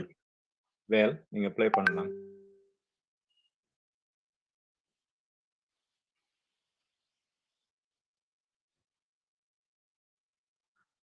சவுண்ட பாருங்க இருக்கா?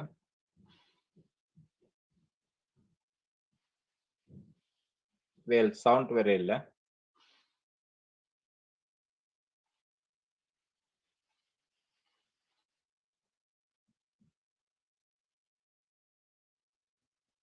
எடுத்து போட்டு திருப்பி ஷேர் பண்ணுங்க. நீங்க ஷேர் சாரி, 1 செகண்ட். நீங்க நான் கதைக்குள்ள கேக்குது என்ன? ஆமா. இல்ல அது நீங்க அந்த வீடியோ ஓபன் பண்ணிட்டு ஷேர் பண்ணிக்கல கீழ ஒரு ஆப்ஷன் இருக்குது அந்த சவுண்ட். ஓகே, அதான் பார்க்கறேன். 1 செகண்ட். ஜஸ்ட் அது நீங்க ஆஃப் பண்ணுங்க. இத திருப்பி ஷேர் பண்ணிக்கல. ஷேர் பண்றதுக்கு முதல், ஷேர் பட்டனை அமர்த்துறதுக்கு முதல் உங்களோட லெஃப்ட் பாட்டம் கார்னர்ல 2 செக் பண்ற இடம் இருக்குது. அதை செக் பண்ணுங்க sound. Okay, 1 second. Share sound on the right. Yeah, okay. So, yeah. Okay. Can you hear now? Yeah. Okay. Please. Yeah. Thanks. Thank you.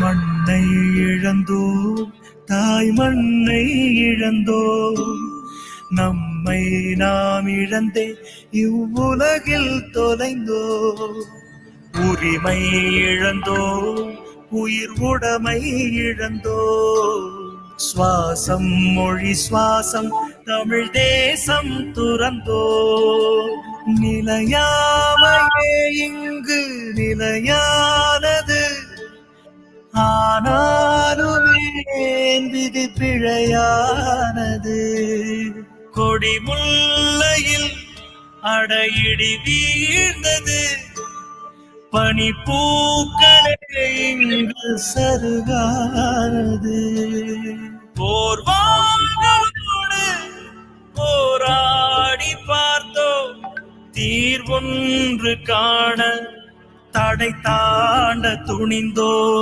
நமக்கான காலை விடியாதோ நாளை விடை கொண்டு விரைவில் வாராதோ வேளை மாறாதோ வேளை.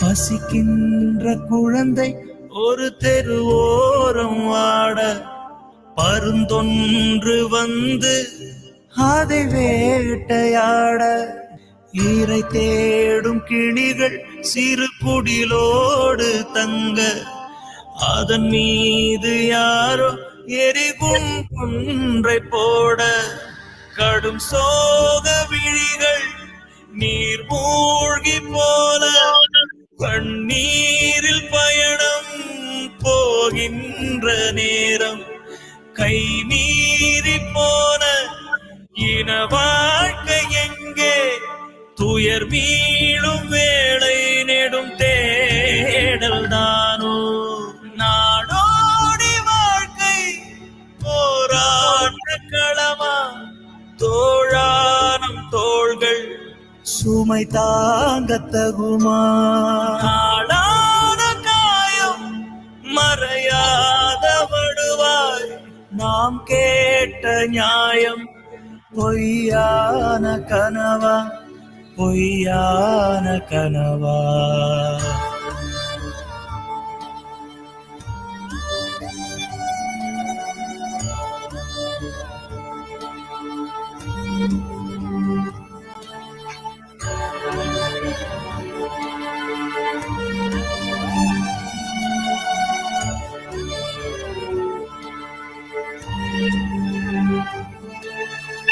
ஓயாத அலைகள் உறைந்து போக, ஒரு வார்த்தையின்றி உலகெங்கே போச்சு.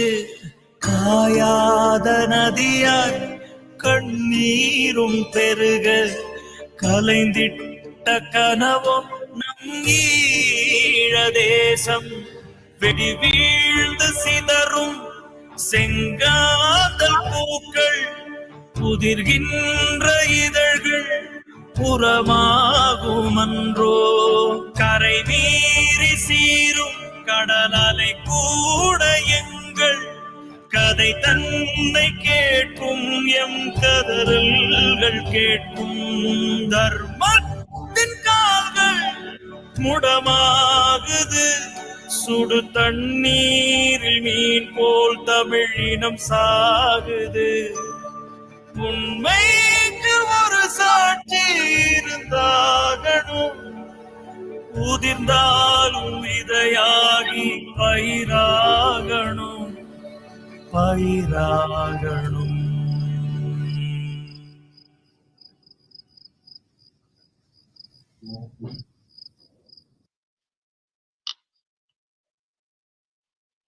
Wow. Yeah, I understand this song is very emotional, but this is nothing compared to what happened in Muliwaikal. So I will ask everyone, this is already published on YouTube today. You can share this and please ask anyone to watch the movie just to spread this genocide of what happened in Sri Lanka. Thank you.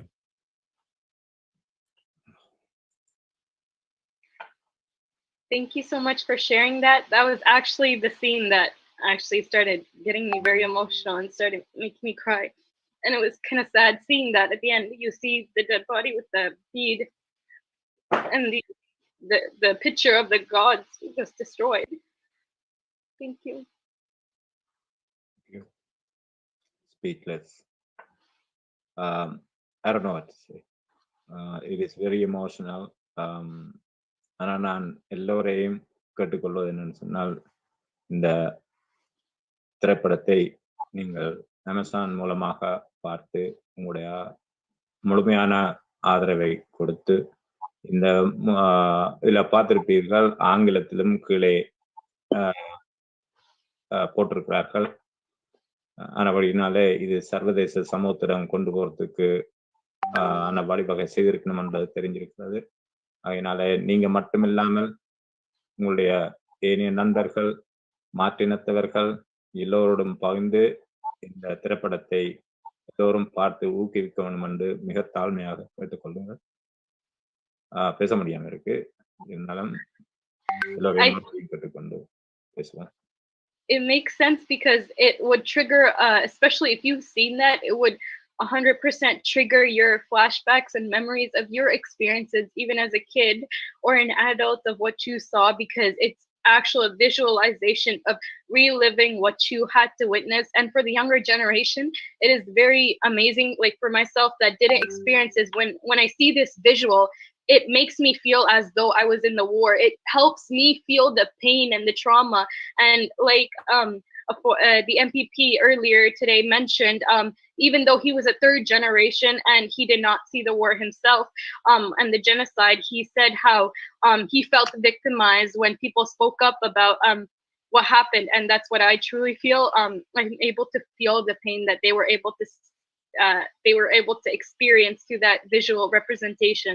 And it's amazing how people came together. The White Conch studio came together to make this possible for our Tamil people, and especially for the next generation to understand that. So thank you so much. And now with this, I have the privilege to introduce Parthi Pavan, who I believe was supposed to do the song. Parthi Pavan already left. நாங்கள் 15 நிமிடம் குறிப்பிட்ட நேரத்திலிருந்து movie இருக்கின்றோம். இப்பொழுது நான் இணைந்த அனைவர்களுக்கும் நன்றியினை கூறிக்கொண்டு விடப்பெற வேண்டும். அதற்கு முன்பாக இலங்கையிலிருந்து நம்முடன் இணைந்து இந்த நிகழ்வை சிறப்பித்தமைக்கு அண்ணன் சுரேஷ் பிரேமச்சந்திரன் அவர்களுக்கும் பார்த்திபன் தாமோதரன் அவர்களுக்கும் மற்றும் இந்த நிகழ்வினை 7 நாளும் தொடர்ந்து நடத்துவதற்கு உதவி கொண்டிருக்கும் தமிழர் இயக்கம் அமைப்பினை சேர்ந்த பஸ்கோ மரிதாஸ், பிரபு, குருமூர்த்தி மற்றும் நிசா பீரிஸ் அவர்களுக்கும் இந்த நேரத்தில் நான் நன்றியை கூறிக்கொள்ள விரும்புகின்றேன். அது மட்டுமில்லாமல் இந்த நிகழ்ச்சியை சிறப்பாக தொகுத்து வழங்கிய செல்வி திலக்ஷி சிவகணேசன் அவர்களுக்கு எனது மனமார்ந்த நன்றி. அது மட்டுமில்லாமல் இந்த இணைப்பில் இந்த நிகழ்வில் தமிழில் மொழிபெயர்த்து தமிழில் திலக்ஷியோடு இணைந்து இந்த தொகுப்பினை செய்த லவன் முத்து அவர்களுக்கும் எனது மனமார்ந்த நன்றியை கூறிக்கொள்கின்றேன். மற்றும் எங்களுக்கு இன்று அகவணக்கம் செலுத்த உதவிய சிவசம்பு பாஸ்கரன் அவர்களுக்கு